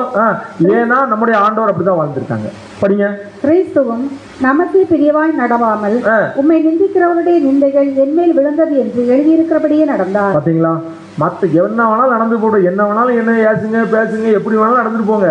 ஆனால் மற்றவங்க எப்படி இருக்கணும், நிலைச்சு நிற்கிறதுக்கு நான் சப்போர்ட்டாக இருக்கணும். என்ன வேணாலும் சொல்லிட்டு போங்க, எனக்கு பற்றி பிரச்சனை கிடையாது. ஆனால் மற்றவங்க நிலைச்சு நிற்கிறதுக்கு நான் நினைச்சுவேன், பாடுபடுவேன். அவரை எப்படியாவது கொண்டு போய் சேர்க்கணும். அவரும் நல்ல ஊழியக்காரனாக தான் இருக்கிறாரு அப்படிங்கிற மனநிலைமை நம்ம ஒவ்வொருத்தருக்கும் இருந்து வைங்களா, ஒரு விசேஷித்த குடும்பமாக அது மாறும். அந்த இடமே நம்ம என்னை பற்றியே நான் திங்க் பண்ணிட்டு இருந்தோம்னா அது மாறாது. நான் அடுத்தவங்களை பற்றியே திங்க் பண்ணிட்டு இருக்கணும்.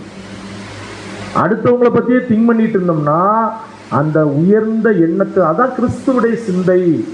கிறிஸ்து எங்கேயாவது தனக்காக திங்க் பண்ணாங்களா? இல்லை, அடுத்தவங்களுக்காகவே திங்க் பண்றது தான் இந்த கிறிஸ்தவ வாழ்க்கை அப்படிங்கிறத நம்ம பார்க்குறோம். அதனால தான் கடைசியாக ஒரு வசனத்தை முடிச்சிருவோம். எபிரேயர் 2வது அதிகாரம் 3 மற்றும் 4. இந்த ஒரு காரியத்துக்காக நம்ம அழைக்கப்பட்டிருக்கிறோம் அன்புக்குரியவர்களே. எந்த காரியத்துக்கு படிங்க. எபிரேயர் 2வது அதிகாரம் 3 மற்றும் 4 வசனங்கள். முதலாவது, கர்த்தர் மூலமாய் அறிவிக்கப்பட்டு பின்பு அவரிடத்தில் கேட்டவர்களாலே நமக்கு உறுதியாக்கப்பட்டது. இந்த வார்த்தைகள் நமக்கு முன்பு கர்த்தராலே அறிவிக்கப்பட்டுச்சு. அவருடைய கேட்டவங்க அப்போஸ்தலர்கள். அதுக்கு பின்னால இப்ப 7ஆம் சபையின் தூதருடைய எழுத்துக்கள் வர வந்தாச்சு. கேட்கப்பட்டு அடையாளங்களினாலும் அற்புதங்களினாலும் பலவிதமான பலத்த செய்கைகளினாலும் தம்முடைய சித்தத்தின்படி பகிர்ந்து கொடுத்த பரிசுத்த ஆவியின் வரங்களினாலும். பாத்தீங்களா, நமக்கு பலத்த செய்கைகள் நமக்குள்ள நடந்துச்சா? நம்ம என்ன பலத்த செய்கைகள் நம்ம என்ன நினைச்சிரோம்னா அந்த நாள்ல மிகப்பெரிய அற்புதங்கள் நடந்துச்சு, அதான் பலம். இல்ல, நம்மளை மாற்றவே முடியாது. நம்மளை மாற்ற முடியுமா? பாவக்கரைகளாலும் அசுத்தத்தெல்லாம் இருந்த நம்மளை மாற்றவே முடியாதுங்கிற ஒரு விஷயத்தை தேவன் வசனத்தை கொண்டு நம்ம மாற்றிட்டார். பார்த்தீங்களா, முன்னால எப்படி இருந்தோம் இப்போ எப்படி இருக்கோம், நல்லா மாற்றம் வந்துருக்கலாம் நமக்குள்ள. அப்போ அது ஒரு பலத்தை செய்ய தானே. செய்யினாலும் தேவன் தாமே சாட்சி கொடுத்ததுமாய் இருக்கிற இவ்வளவு பெரிதான, இன்னைக்கு எவ்வளவு பெரிதான ஒரு ரட்சிப்பு இருக்குது. இந்த ரட்சிப்புக்கு தான் நீங்க அழைக்கப்பட்டிருக்கிறீங்க. பெரிதான ரட்சிப்பை கொடுத்து நாம் கவலையற்றிருப்போம். ஆனால் அந்த ரட்சிப்பை மட்டும்தான் நம்ம நினைச்சு கவலைப்பட்டு இருக்கணும். அதுல அலட்சியமா இருந்தக்கூடாது. சற்று கவலை இருப்போமானால், ஒருவேளை அலட்சியமா இருந்துட்டோமானால் தண்டனைக்கு எப்படி தப்பித்துக் கொள்ளுவோம்? தண்டனைக்கு எப்படி சொல்லுவோம்? நமக்கு என்ன தண்டனை வரும் அப்படின்னு கேட்டீங்கன்னா, ஒன்று தரவு கூட்டம். நான் இவ்வளவு நாள் உடனே தேவனே புலம்ப ஆரம்பிச்சிருவோம். ஐயோ நான் பண்ணலாம் வீணா போச்சு அப்படின்னு அழுகையும் பற்கடிப்புமான ஒரு சூழ்நிலை போவோம். அல்லது 2ஆம் மரணத்தில் போவோம். ஆகவே இந்த பெரிதான ரட்சிப்பை குறித்து நம்ம நினைச்சுக்கணும். எப்பவுமே கவலை உள்ள பிள்ளைகளாக நம்ம இருக்கணும் அப்படிங்கிறதையும் பார்க்கிறோம் அன்புக்குரியவர்களே. அப்போ பச்சை பால் எப்படி நமக்கு ஒரு முன்பு எப்படி தோட்டம் கொடுத்தாங்க அப்படின்னு கேட்டிங்கன்னா, நம்ம அந்த ஸ்திரியா அவங்க ஒரு அப்படின்னு நினைக்கக்கூடாது. மேலே பெஸ்ட் கேரக்டர் எல்லாருமே, நம்ம சகோதரர்கள் எல்லாருமே பெஸ்ட் தான். ஏதோ ஒரு சூழல்ல ஏதோ ஒரு தவறு செய்தாங்கிறதுக்காக வாழ்நாள் ஃபுல்லாக அதே திங்கிங்கோடையே இருக்கக்கூடாது அன்புக்குரியவர்களே. அதை மாற்றிட்டு ஒரே குடும்பம், நாங்கள்லாம் ஒரே ஒரு கிறிஸ்துடைய சத்திய வசனத்தினால ஜெனிப்பிக்கப்பட்ட பிள்ளைகள் என்ற உணர்வோடு நம்ம ஒவ்வொருவரையும் புரிந்து வாழ்ந்து ஓடுறதுக்கு தேவன் நமக்கு கிருபை செய்வாராக. இந்த வார்த்தைகளை தந்த தேவனுக்கு நம்ம ரெட்டு மூலமாக நன்றிகளை துதி சோதனை ஏற்படுவோம். ஆமென்.